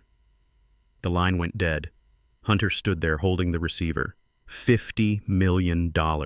He didn't have $50 million. He didn't even have $5 million. He had spent the reserves on the rebranding. He had spent the safety net on the party. He dropped the receiver onto the desk. It clattered loudly in the silent room. That was when the screaming started. Kylie had been sitting on the leather sofa scrolling through her phone, watching the social media backlash begin. Drivers were tweeting pictures of their stranded trucks. Customers were posting angry reviews. The brand she had worked so hard to polish was being dragged through the mud. "You idiot!" Kylie shrieked, standing up and throwing her phone at Hunter. It missed him and hit the window. "You told me you had this under control. You told me the software deal was a sure thing." "It was a sure thing," Hunter yelled back, his face turning purple. "It was supposed to be automatic. How was I supposed to know the old man booby-trapped the system?" "Because you are the CEO," Kylie screamed. "It is your job to know, but you are not a CEO, are you, Hunter? You are just a little boy playing dress-up in his daddy's suit." "Do not talk to me like that." Hunter stepped toward her, his fists clenched. "I made you who you are. Without me, you are just a waitress from the suburbs. And without Alonzo, you are nothing." Kylie laughed, a harsh, cruel sound. "You fired the only people who knew how to run this place. You arrested the man who built it. And now you have destroyed my reputation. Do you know what people are saying online? They are calling us the clueless couple. They are laughing at us, Hunter." "I don't care about your Instagram likes," Hunter roared. "I am trying to save the company. I need money. Where is the maintenance fund? The one you said we could borrow." "I spent it," Kylie said, crossing her arms. "You what?" Hunter stared at her. "All of it. The gala cost money, Hunter. The flowers, the champagne, the gift bags. You wanted to look rich, didn't you? You wanted to show everyone that we were better than Alonzo. Well, we looked great while we were doing it. You spent $300,000 on a party." Hunter grabbed his hair, pulling at it in frustration. "That was our emergency fund. That was the money I needed to pay the lawyers to fight TechStream. You are pathetic," Kylie spat at him. "You are broke. You are incompetent. And I am leaving. I am going to my mother's house. I am not going to be here when the police come to evict us." She turned to grab her purse, but Hunter blocked her path. "You are not going anywhere," he said. "You are in this with me." "You signed the checks too, Kylie. If I go down for negligence, you go down for embezzlement." They stood there in the red light of the dying server, hating each other. The love they claimed to have was gone, evaporated the moment the money stopped flowing. They were two rats trapped on a sinking ship, fighting over the last crumb of cheese. The door to the office flew open. It was Sterling, the lawyer Hunter had hired to destroy me. But Sterling did not look confident today. His tie was crooked, his face was gray. He was holding a thick binder, the original incorporation documents of the company. "Hunter, stop fighting," Sterling said, his voice breathless. "We have a bigger problem than TechStream." "What could possibly be bigger than $50 million, Hunter asked, not taking his eyes off Kylie. "I just finished reading the master source code agreement," Sterling said, walking over to the desk and slamming the binder open. "I had to go down to the basement archives to find it. It was filed 20 years ago." "So what?" Hunter said. "It is an old contract. It doesn't matter." "It matters," Sterling said, pointing to a paragraph on the last page. "Because I found the unlock protocol. The system was designed by Alonzo and a military contractor. It has a biometric override." "Great," Hunter said, hope flickering in his eyes. "So we just need a fingerprint." "Get Barney. Get one of the old mechanics." "It is not just any fingerprint," Sterling said, shaking his head. "The contract is specific. In the event of a catastrophic system lockdown caused by a license dispute, only the biometric data of the registered intellectual property owner can reset the server." Hunter went silent. He looked at Sterling. He looked at the red screens. "Say it," Hunter whispered. "It is Alonzo," Sterling said. "Only Alonzo. We need his thumbprint on the physical server in the basement. No one else. Not you, Not me. Not the board of directors. If Alonzo does not touch that scanner within 24 hours, the data wipes itself. Permanent deletion. The customer database, the financial records, the shipping logs, everything goes to zero. Hunter sank into his chair. The same chair he had kicked me out of. He realized the magnitude of his mistake. He had arrested the only man who could save him. He had put the savior in a cage and thrown away the key. He is in jail. Hunter whispered, his voice barely audible. I put him in jail. Then you better get him out, Sterling said, closing the binder. And you better pray he is in a forgiving mood, because right now Alonzo Hayes is not just the chairman, he is God, and you are a sinner in the hands of an angry deity. Hunter looked at the phone on his desk. He knew what he had to do. He had to make the call he swore he would never make. He had to beg. The panic was no longer about money. It was about survival. He reached for the receiver, his hand shaking so badly he could barely dial the number for the precinct. Monday was going to be interesting. But Sunday night was the longest night of his life. The clock on the wall of the executive suite ticked loudly in the silence of the locked-down building. It was 2 a.m. The city of Chicago was asleep, but inside the glass tower of Hayes Global there was no rest. The emergency lights bathed the office in a harsh crimson glow, creating deep shadows that danced in the corners like ghosts. Hunter sat at the desk that used to be mine. He was staring at the telephone as if it were a loaded gun. For the past hour, he had walked circles around the room. He had loosened his tie until it hung limp around his neck. He had rolled up his sleeves, exposing the expensive watch that was now counting down the minutes to his destruction. I can only imagine the war that was raging inside his head. Hunter was a man built on pride. He had spent his entire life convincing himself that he was better than me. He told himself that he was smarter because he went to the right schools. He told himself he was more deserving because he had the right bloodline. To him, I was just the mechanic who got lucky. I was the stepdad who smelled like oil and didn't understand fine art. To pick up that phone and call me was not just an admission of defeat. It was a shattering of his entire identity. He had to admit that the MBA and the fancy suits and the rebranding strategy were all useless without the one thing he despised. Me. He looked at the red screens again. The message was still there. License expired. It was mocking him. He thought about the morning. He thought about the investors arriving at 8 o'clock. He thought about Julian from TechStream waiting to seize the bank accounts. He thought about the headlines. CEO bankrupts company in 1 week. The fear of humiliation finally outweighed the fear of submission. He realized that if he did not call me, he would lose everything. The house, the cars, the reputation. He would be nothing. And being nothing was the one thing Hunter could not survive. He reached out his hand. His fingers were trembling so violently he had to use his other hand to steady them. He picked up the receiver. It felt heavy.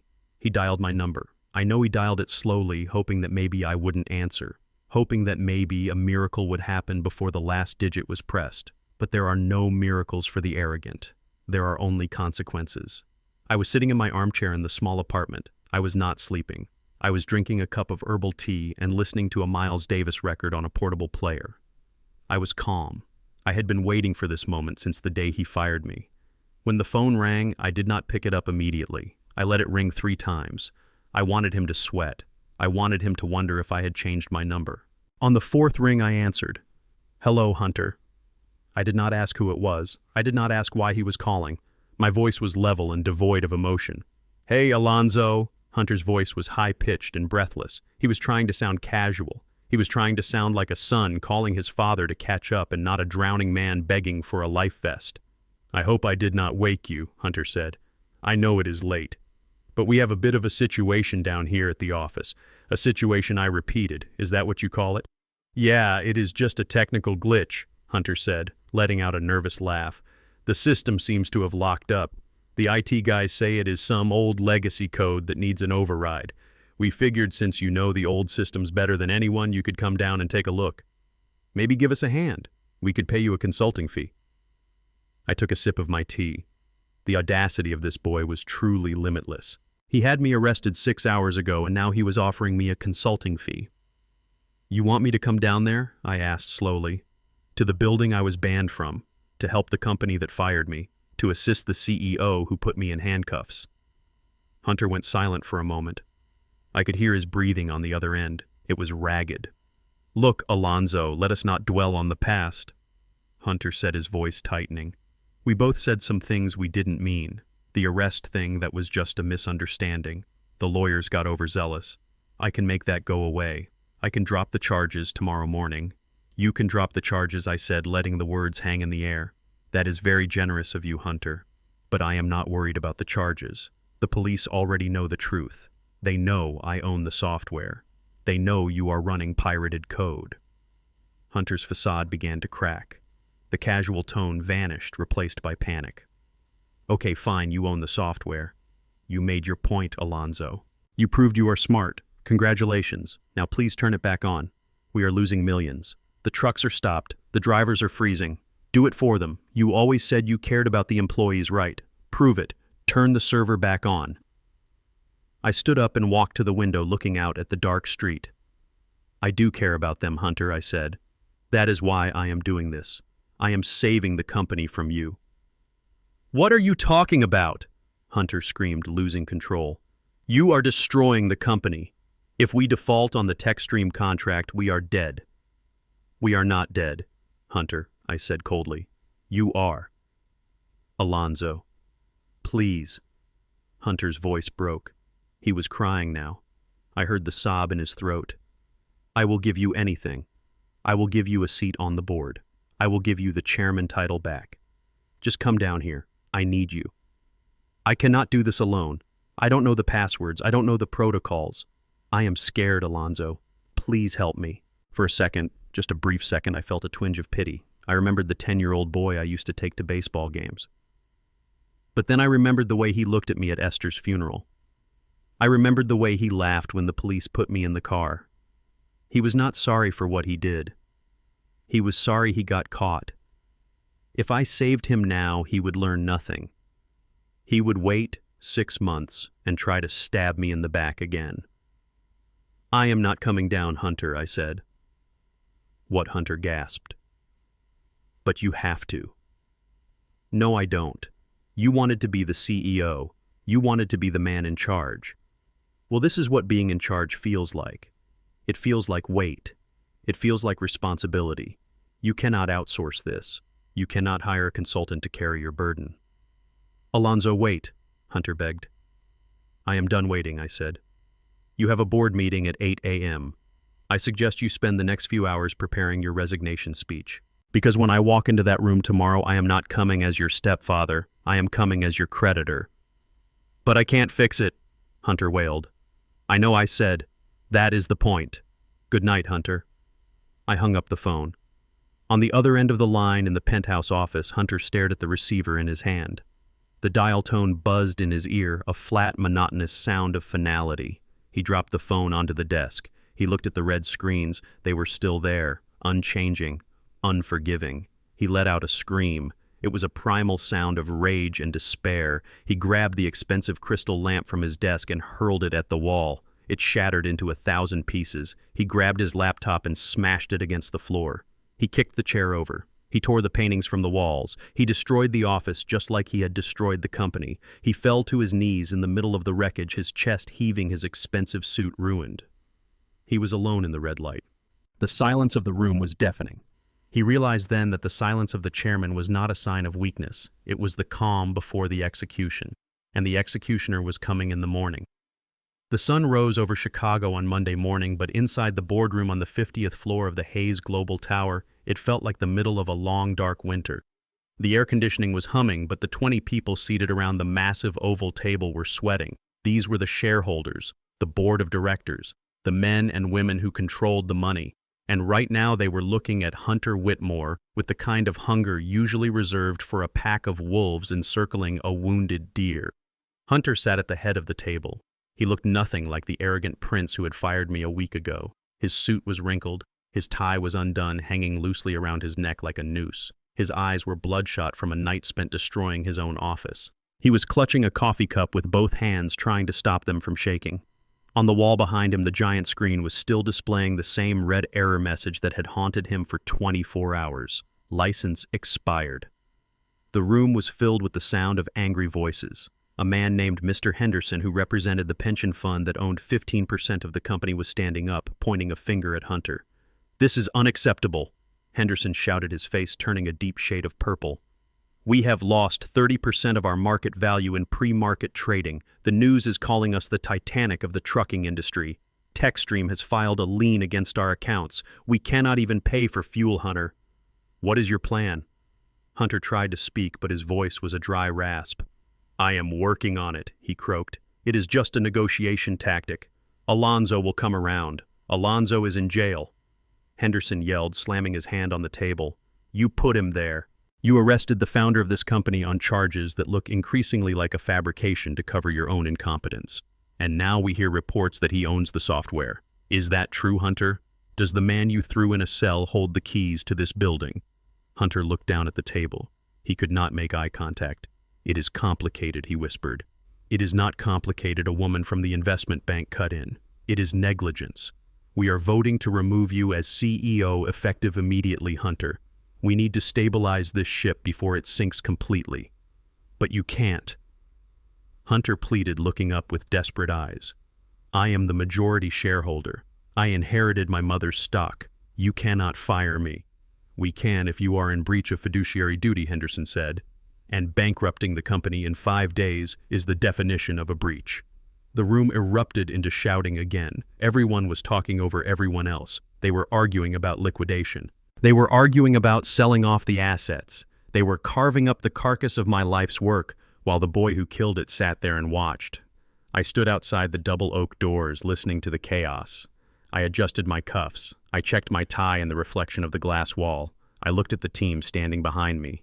To my right was Sienna, my lawyer. She was holding a thick leather binder that contained the truth. Her face was calm, sharp, and ready for war. To my left was Barney. He was not wearing a suit. He was wearing a brand new Hayes Global mechanic uniform, crisp and clean, with his name stitched over his heart. Behind Barney were 10 other men and women, the senior dispatchers, the fleet managers, the head of HR, the people Hunter had fired. They were the heart of this company. They were the ones who knew how to make the blood flow through its veins. I looked at Barney. "You ready for this, old friend?" I asked. Barney cracked his knuckles. He looked at the doors. "I have been ready since Tuesday, boss. Let us go take back our house." I reached out and pushed the doors open. They swung inward with a heavy, majestic weight. The noise in the boardroom stopped instantly. It was as if someone had cut the power to a speaker. 20 heads turned in unison. They saw me standing there. Alonzo Hayes, the man they thought was in a holding cell, the man they thought was a thief. I did not walk in quietly. I walked in with the heavy, rhythmic stride of a man who owns the floor he is walking on. My team followed me. We fanned out, entering the room like a phalanx. Barney stood next to me, his arms crossed, his presence radiating the quiet strength of the working class. Hunter stared at me. His mouth fell open. He looked like he was seeing a ghost. "Alonzo," he whispered. "How did you—" I ignored him. I walked straight to the other end of the table, directly opposite Hunter. I placed my hands on the back of the empty chair that usually belonged to the vice chairman. I looked around the room, making eye contact with every single board member. "Good morning, ladies and gentlemen," I said, my voice filling the room without shouting. "I apologize for being late. I was detained by a misunderstanding involving your current CEO and the Chicago Police Department." Henderson looked at me. He looked confused, but also relieved. "Mr. Hayes," he said, "we were told you were being held without bail." I smiled. "A misunderstanding," I repeated.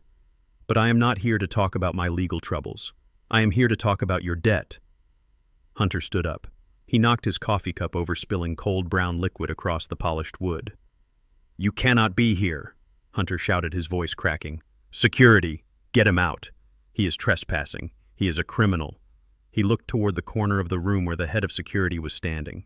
It was Mike, the same guard who had looked at me with shame when I was kicked out on Tuesday, the same guard whose family I had helped when his daughter was sick. Mike, Hunter screamed, pointing at me. "Remove him, now. That is a direct order." The room held its breath. All eyes turned to Mike. Hunter was technically still the CEO. He was the boss. To disobey him was insubordination. Mike looked at Hunter. He looked at the coffee dripping off the table. He looked at the disheveled panic of a boy playing king. Then he looked at me. He saw Barney standing there in his uniform. He saw the team of loyal employees. He saw the man who had built the walls he was paid to protect. Mike took a step forward. He adjusted his belt. He looked Hunter dead in the eye. "I am sorry, Mr. Whitmore," Mike said, his voice steady and deep. "But I cannot do that." Hunter's face turned red. "What do you mean you cannot? I pay your salary. I am ordering you to throw this man out." "No, sir," Mike said. "You sign the checks, but you don't pay the salary. The salary comes from the company. And according to the bylaws, security answers to the board of directors. And right now, it looks like the board is listening to Mr. Hayes." "You are fired," Hunter shrieked. "You are all fired. I will hire new guards. I will hire the police. Get out, all of you." Nobody moved. The silence in the room was heavy. It was the weight of power shifting. It was the sound of gravity changing direction. Hunter was shouting at a storm, expecting the wind to obey him. I leaned forward, resting my knuckles on the table. "Sit down, Hunter," I said. My voice was not loud, but it carried the authority of 40 years of leadership. It was the voice that had commanded fleets during blizzards. It was the voice that had negotiated with unions and senators. It was a voice that did not ask for permission. Hunter stopped shouting. He looked around the room. He saw the board members looking at him with disgust. He saw Mike standing with his arms crossed. He saw Barney glaring at him. He realized in that moment that he was completely alone.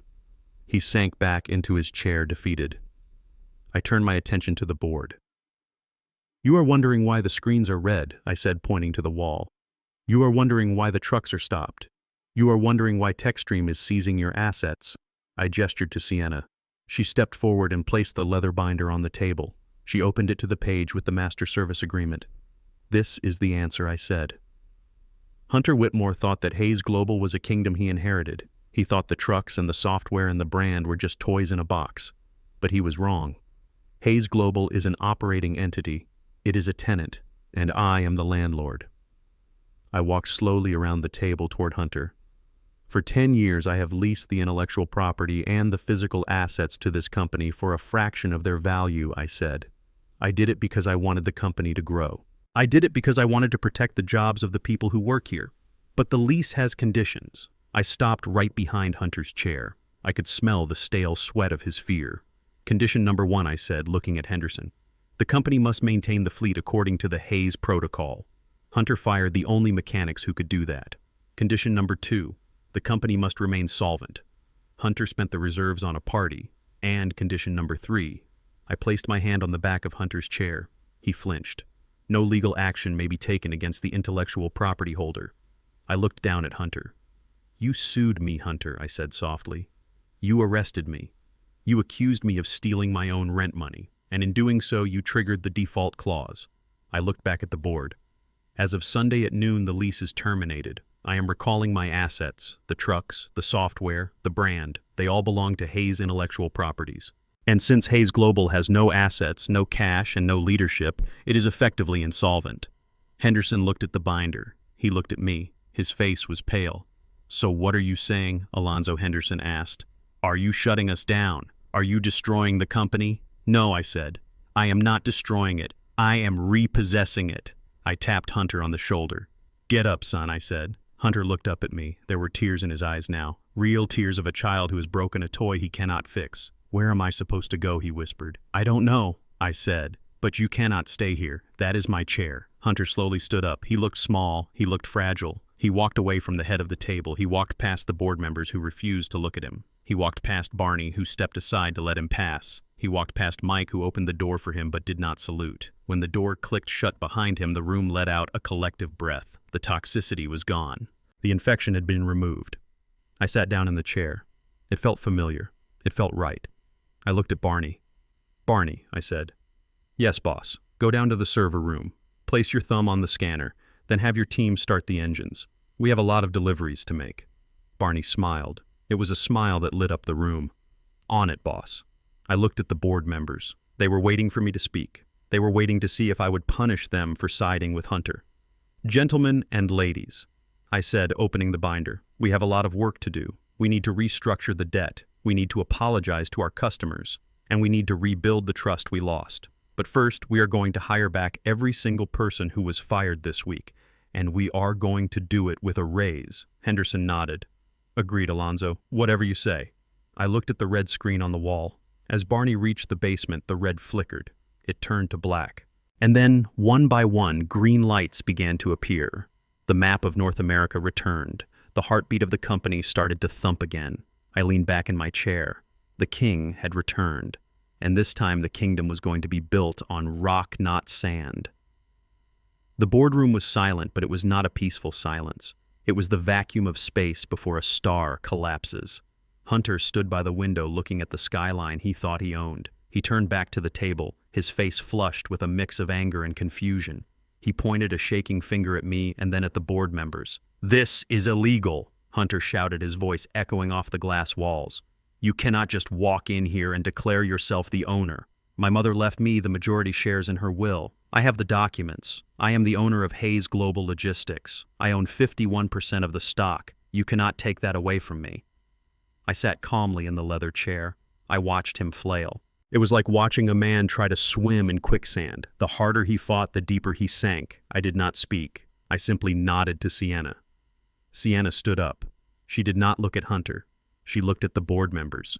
She opened the leather binder she had been carrying. The sound of the heavy paper turning was the only noise in the room. She adjusted her glasses and began to speak in a tone that was professional, clinical, and devastating. "Mr. Whitmore is correct about one thing," Sienna said. "He does indeed own 51% of the stock in Hayes Global Logistics Incorporated. That entity was left to him by the late Esther Hayes. However, Mr. Whitmore seems to fundamentally misunderstand what that entity actually is." Hunter slammed his hand on the table. "It is the company. It is the trucks. It is the buildings. It is everything." "No," Sienna said, looking up. "It is not. Hayes Global Logistics Incorporated is a service provider. It is an operating shell. It was created 20 years ago for liability purposes. Its sole function is to hire drivers, manage schedules, and pay taxes. It does not own any physical assets." The room went deadly quiet. Henderson, the representative from the pension fund, leaned forward. "Explain that again." Henderson said, his eyes narrowing. Sienna turned a page in the binder. She held up a diagram. It showed two boxes. One was small and labeled Hayes Global. The other was massive and labeled Hayes Holdings. "Alonzo Hayes is the sole proprietor of Hayes Holdings, LLC," Sienna explained. "This holding company owns the title to every single truck in the fleet. It owns the deeds to the distribution centers in Chicago, Detroit, and St. Louis. It owns the copyright to the brand logo. And most importantly, it owns the proprietary source code for the logistics software." She looked at Hunter, who was now leaning against the wall looking like he might vomit. "For the past 10 years, Sienna continued, Hayes Global has operated under a master lease agreement. It rents the trucks from Hayes Holdings. It licenses the software from Hayes Holdings. It leases the buildings from Hayes Holdings. The operating company that Mr. Whitmore inherited is essentially a tenant, and Mr. Hayes is the landlord." "But my mother," Hunter stammered. "She said she left me the business." "She left you the operating rights," Sienna corrected him. "She left you the job, Hunter. She left you the responsibility of running the day-to-day operations. But she knew that you were young and inexperienced. She knew that the assets needed to be protected. So she and Alonzo agreed that the hard assets, the real wealth, would remain in the holding company under Alonzo's control.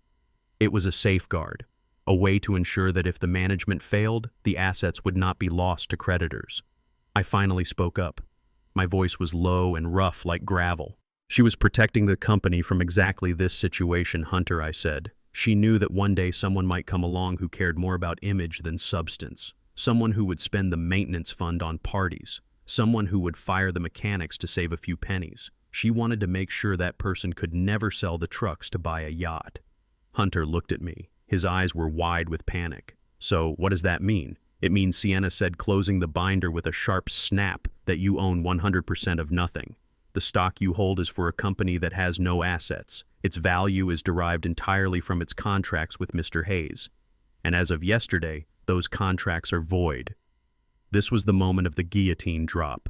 The logic had been laid out. The trap had been sprung. Now it was time for the sentence.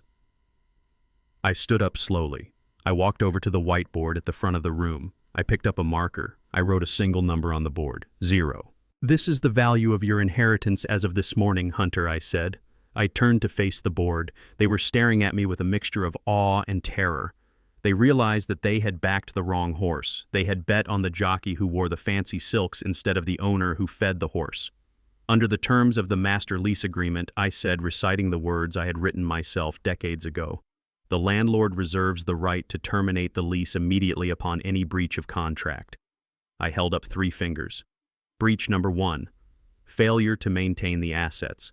By firing the certified mechanics, you violated the maintenance clause. Breach number 2, insolvency. By spending the reserve fund, you violated the financial stability clause. Breach number 3, hostile action against the owner. By arresting me and accusing me of theft, you violated the good faith clause. I lowered my hand. Therefore, I am officially exercising my right to recall all assets. Effective immediately, Hayes Holdings is repossessing every truck, every trailer, and every computer terminal. We are revoking the software license. We are removing the signage from the buildings. I looked at Hunter. You have a company, Hunter, but you have no trucks to drive. You have no software to route them. You have no buildings to park them in. You have a list of customers and a lot of debt, but you have no means to generate revenue. You are the captain of a ghost ship. Henderson stood up. He looked at Hunter with pure venom. Is this true? He asked me. Can you really do this? It is already done, I said. My team is currently down in the lot putting new decals on the trucks. They are changing the registration. The software has been patched to reject any login from your domain. But the clients, Henderson asked. The contracts? I smiled. The clients want their goods delivered. They don't care about the name on the invoice. I have already reached out to the major accounts. I offered them a new contract with Hayes Holdings. They all signed this morning. Why wouldn't they? I have the trucks. I have the drivers. I have the software. Hunter has a hangover and a lawsuit. I walked back to the table and picked up the glass of water that had been sitting in front of Hunter's empty chair. I took a sip. So, gentlemen, I said, addressing the board, you have a choice. You can stay on the sinking ship with Hunter. You can try to sue me. You can try to fight this in court for the next 5 years while the company goes bankrupt. Or you can vote to dissolve Hayes Global Logistics Incorporated right now. You can liquidate the shell company and I will offer you a swap. I will trade your worthless stock for shares in Hayes Holdings. I will bring you onto my board. We will keep the business running without interruption. It was not really a choice. It was a lifeline. I was offering them a way out of the disaster Hunter had created. Henderson did not hesitate. He looked at Hunter. I move to dissolve the corporation, he said. I second the motion, said the woman from the bank.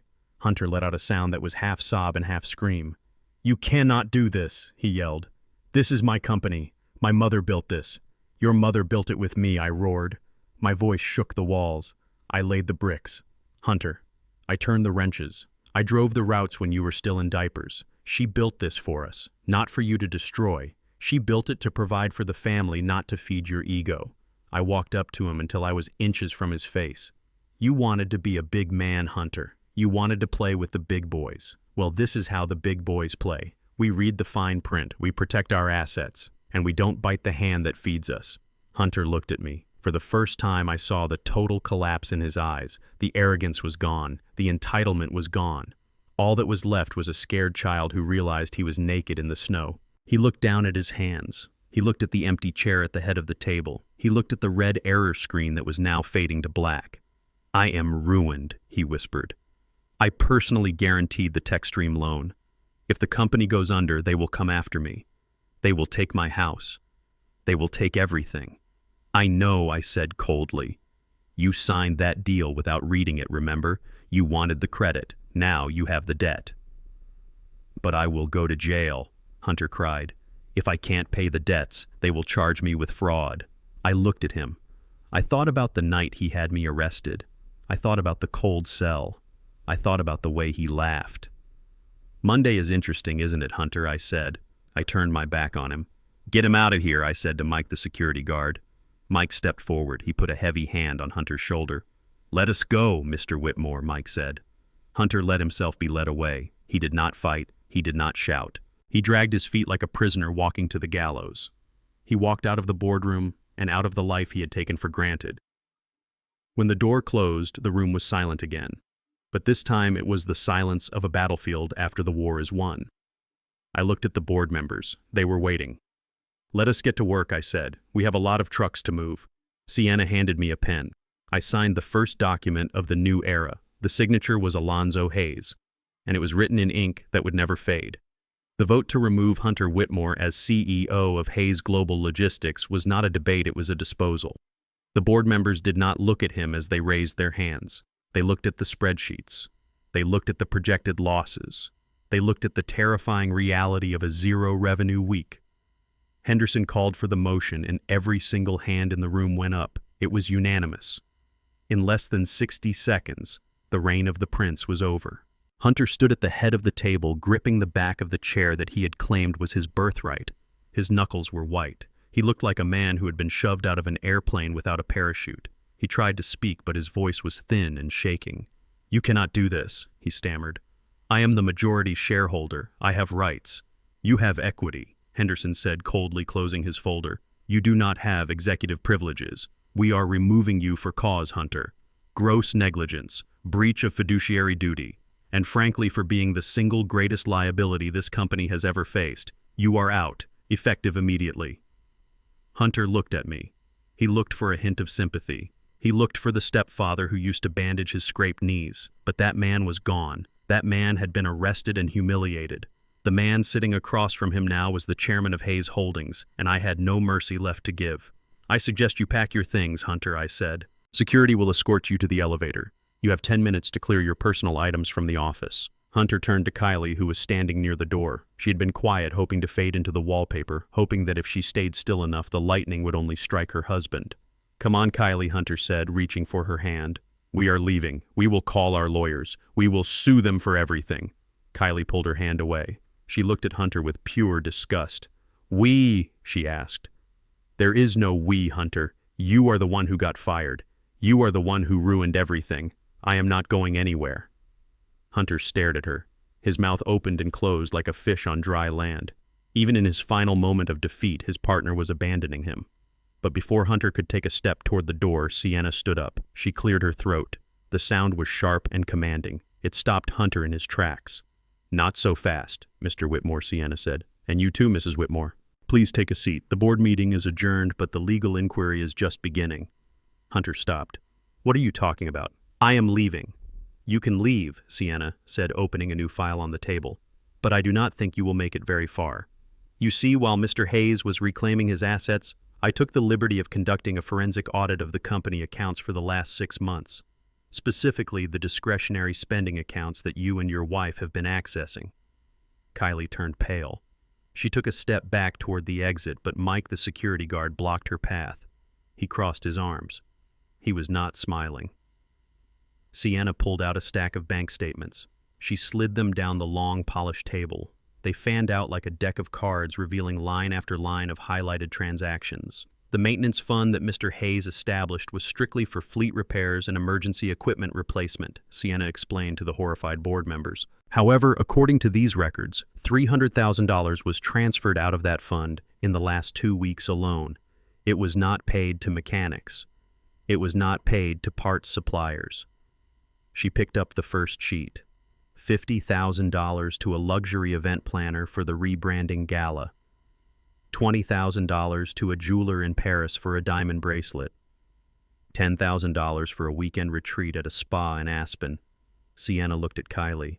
And my personal favorite, $15,000 for a custom wardrobe consultation listed in the ledger as uniform redesign. The board members gasped. Henderson picked up one of the statements. His hands were shaking with rage. "This is theft," he whispered. "This is not just mismanagement. This is criminal fraud. You stole corporate funds to pay for your lifestyle while the company was bleeding cash." Hunter tried to find an excuse. He tried to spin the lie one last time. It was for the brand, he shouted, sweat pouring down his face. "We had to look successful to attract investors. It was a marketing expense. A diamond bracelet is not marketing," Sienna said, her voice slicing through his excuse like a razor. "And neither is the down payment on a Porsche, which you made last Friday using the payroll account. That is why the driver's checks bounced, Hunter. You did not just spend the reserves, you stole their wages." Kylie started to cry. It was a loud, theatrical sobbing. She pointed a shaking finger at Hunter. "He made me do it," she wailed. "I didn't know where the money came from. He told me it was his bonus. He told me we were rich. I am a victim here." Hunter looked at her with betrayal in his eyes. "You are a liar," he screamed. "You chose the bracelet. You booked the spa. You told me that if I didn't buy you these things, you would leave me." They stood there screaming at each other, accusing each other, tearing each other apart. It was ugly. It was the rot of their souls finally exposed to the light. They were not partners. They were accomplices who had turned on each other the moment the heat got too high. I did not enjoy watching it. It was pathetic, but it was necessary. The board needed to see exactly who had been sitting in the captain's chair. Then the double doors opened again. This time it was not a lawyer. It was not a security guard. 4 men in dark blue windbreakers walked into the room. On the back of their jackets in bright yellow letters was the word police. They were followed by 2 detectives in suits. These were not the beat cops Hunter had sent to arrest me. These were from the Economic Crimes Unit. They did not look like they were there to make a mistake. One of the detectives stepped forward. He held up a warrant. "Hunter Whitmore and Kylie Whitmore," he announced, his voice filling the stunned room. "You are under arrest for grand larceny, corporate embezzlement, and securities fraud." Hunter froze. He looked at the police. He looked at the window.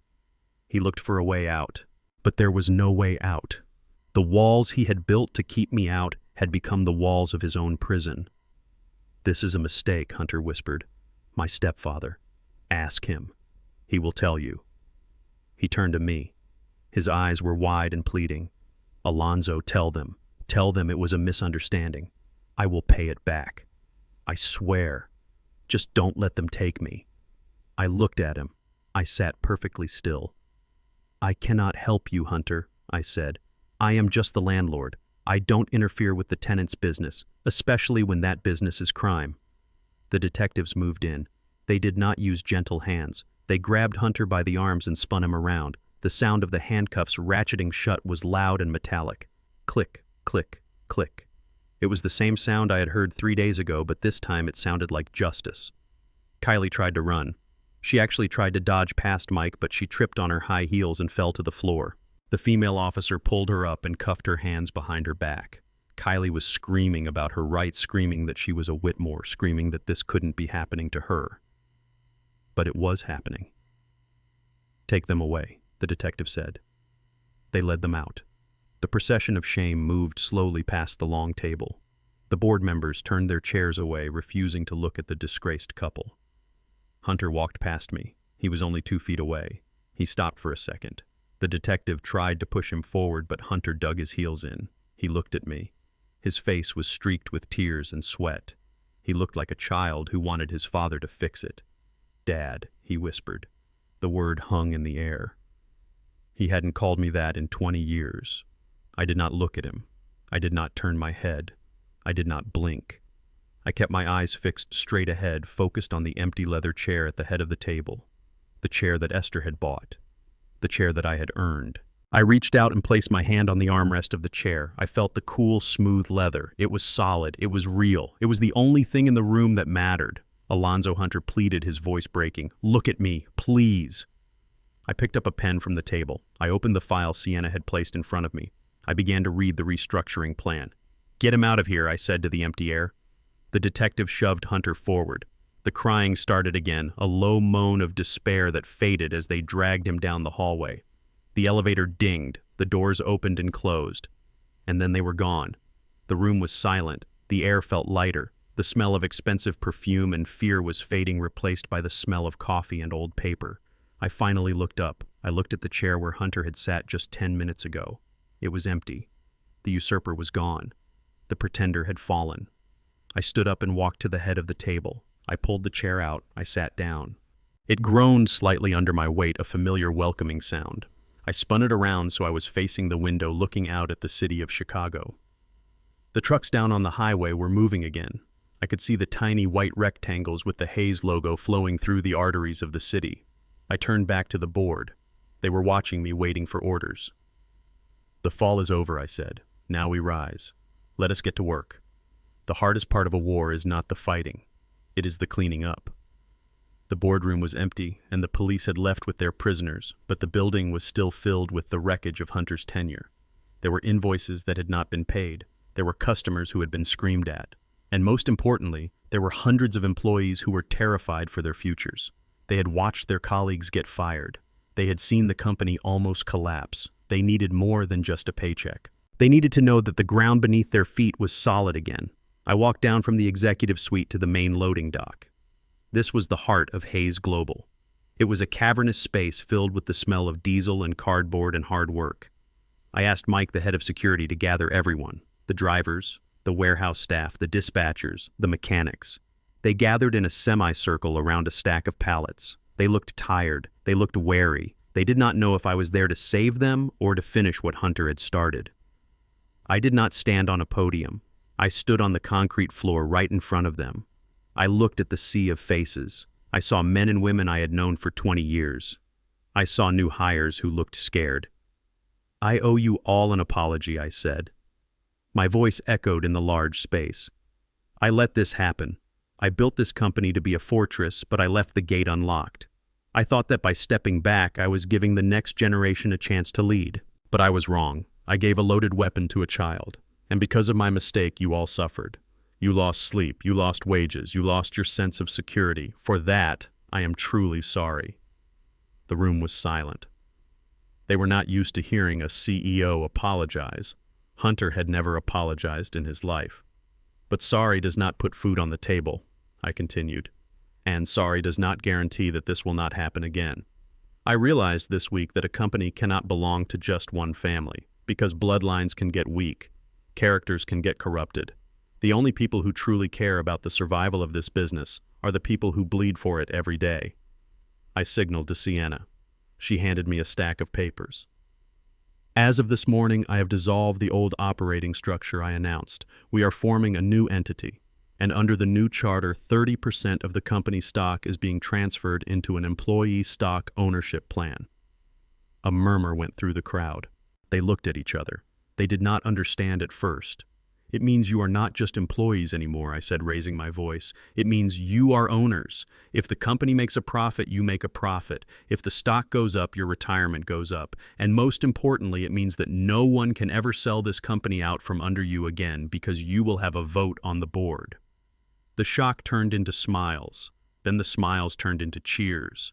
It started with Barney clapping his heavy, grease-stained hands. Then Mike joined in. Then the drivers.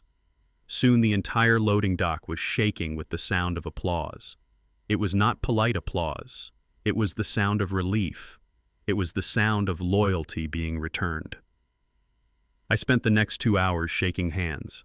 I signed checks to cover the bounced payroll from my personal account. I listened to their stories. I rebuilt the bridge that Hunter had burned. I was tired. My bones ached. But my heart felt lighter than it had in years. After the meeting, I called Barney into my office. He was still wearing his mechanic uniform, but I had a new badge waiting for him. I placed it on the desk. It read, "Director of Fleet Operations." Barney stared at it. He wiped his hands on his pants before touching it. "Boss," he said, "I fix engines. I don't sit in meetings. I don't know how to wear a tie." "You don't need to wear a tie, Barney," I said. "You need to wear your experience." Hunter fired the experts because he was threatened by them. I am promoting the experts because I need them. You know more about these trucks than the engineers who designed them. I need you to run the maintenance division. I need you to train the young guys.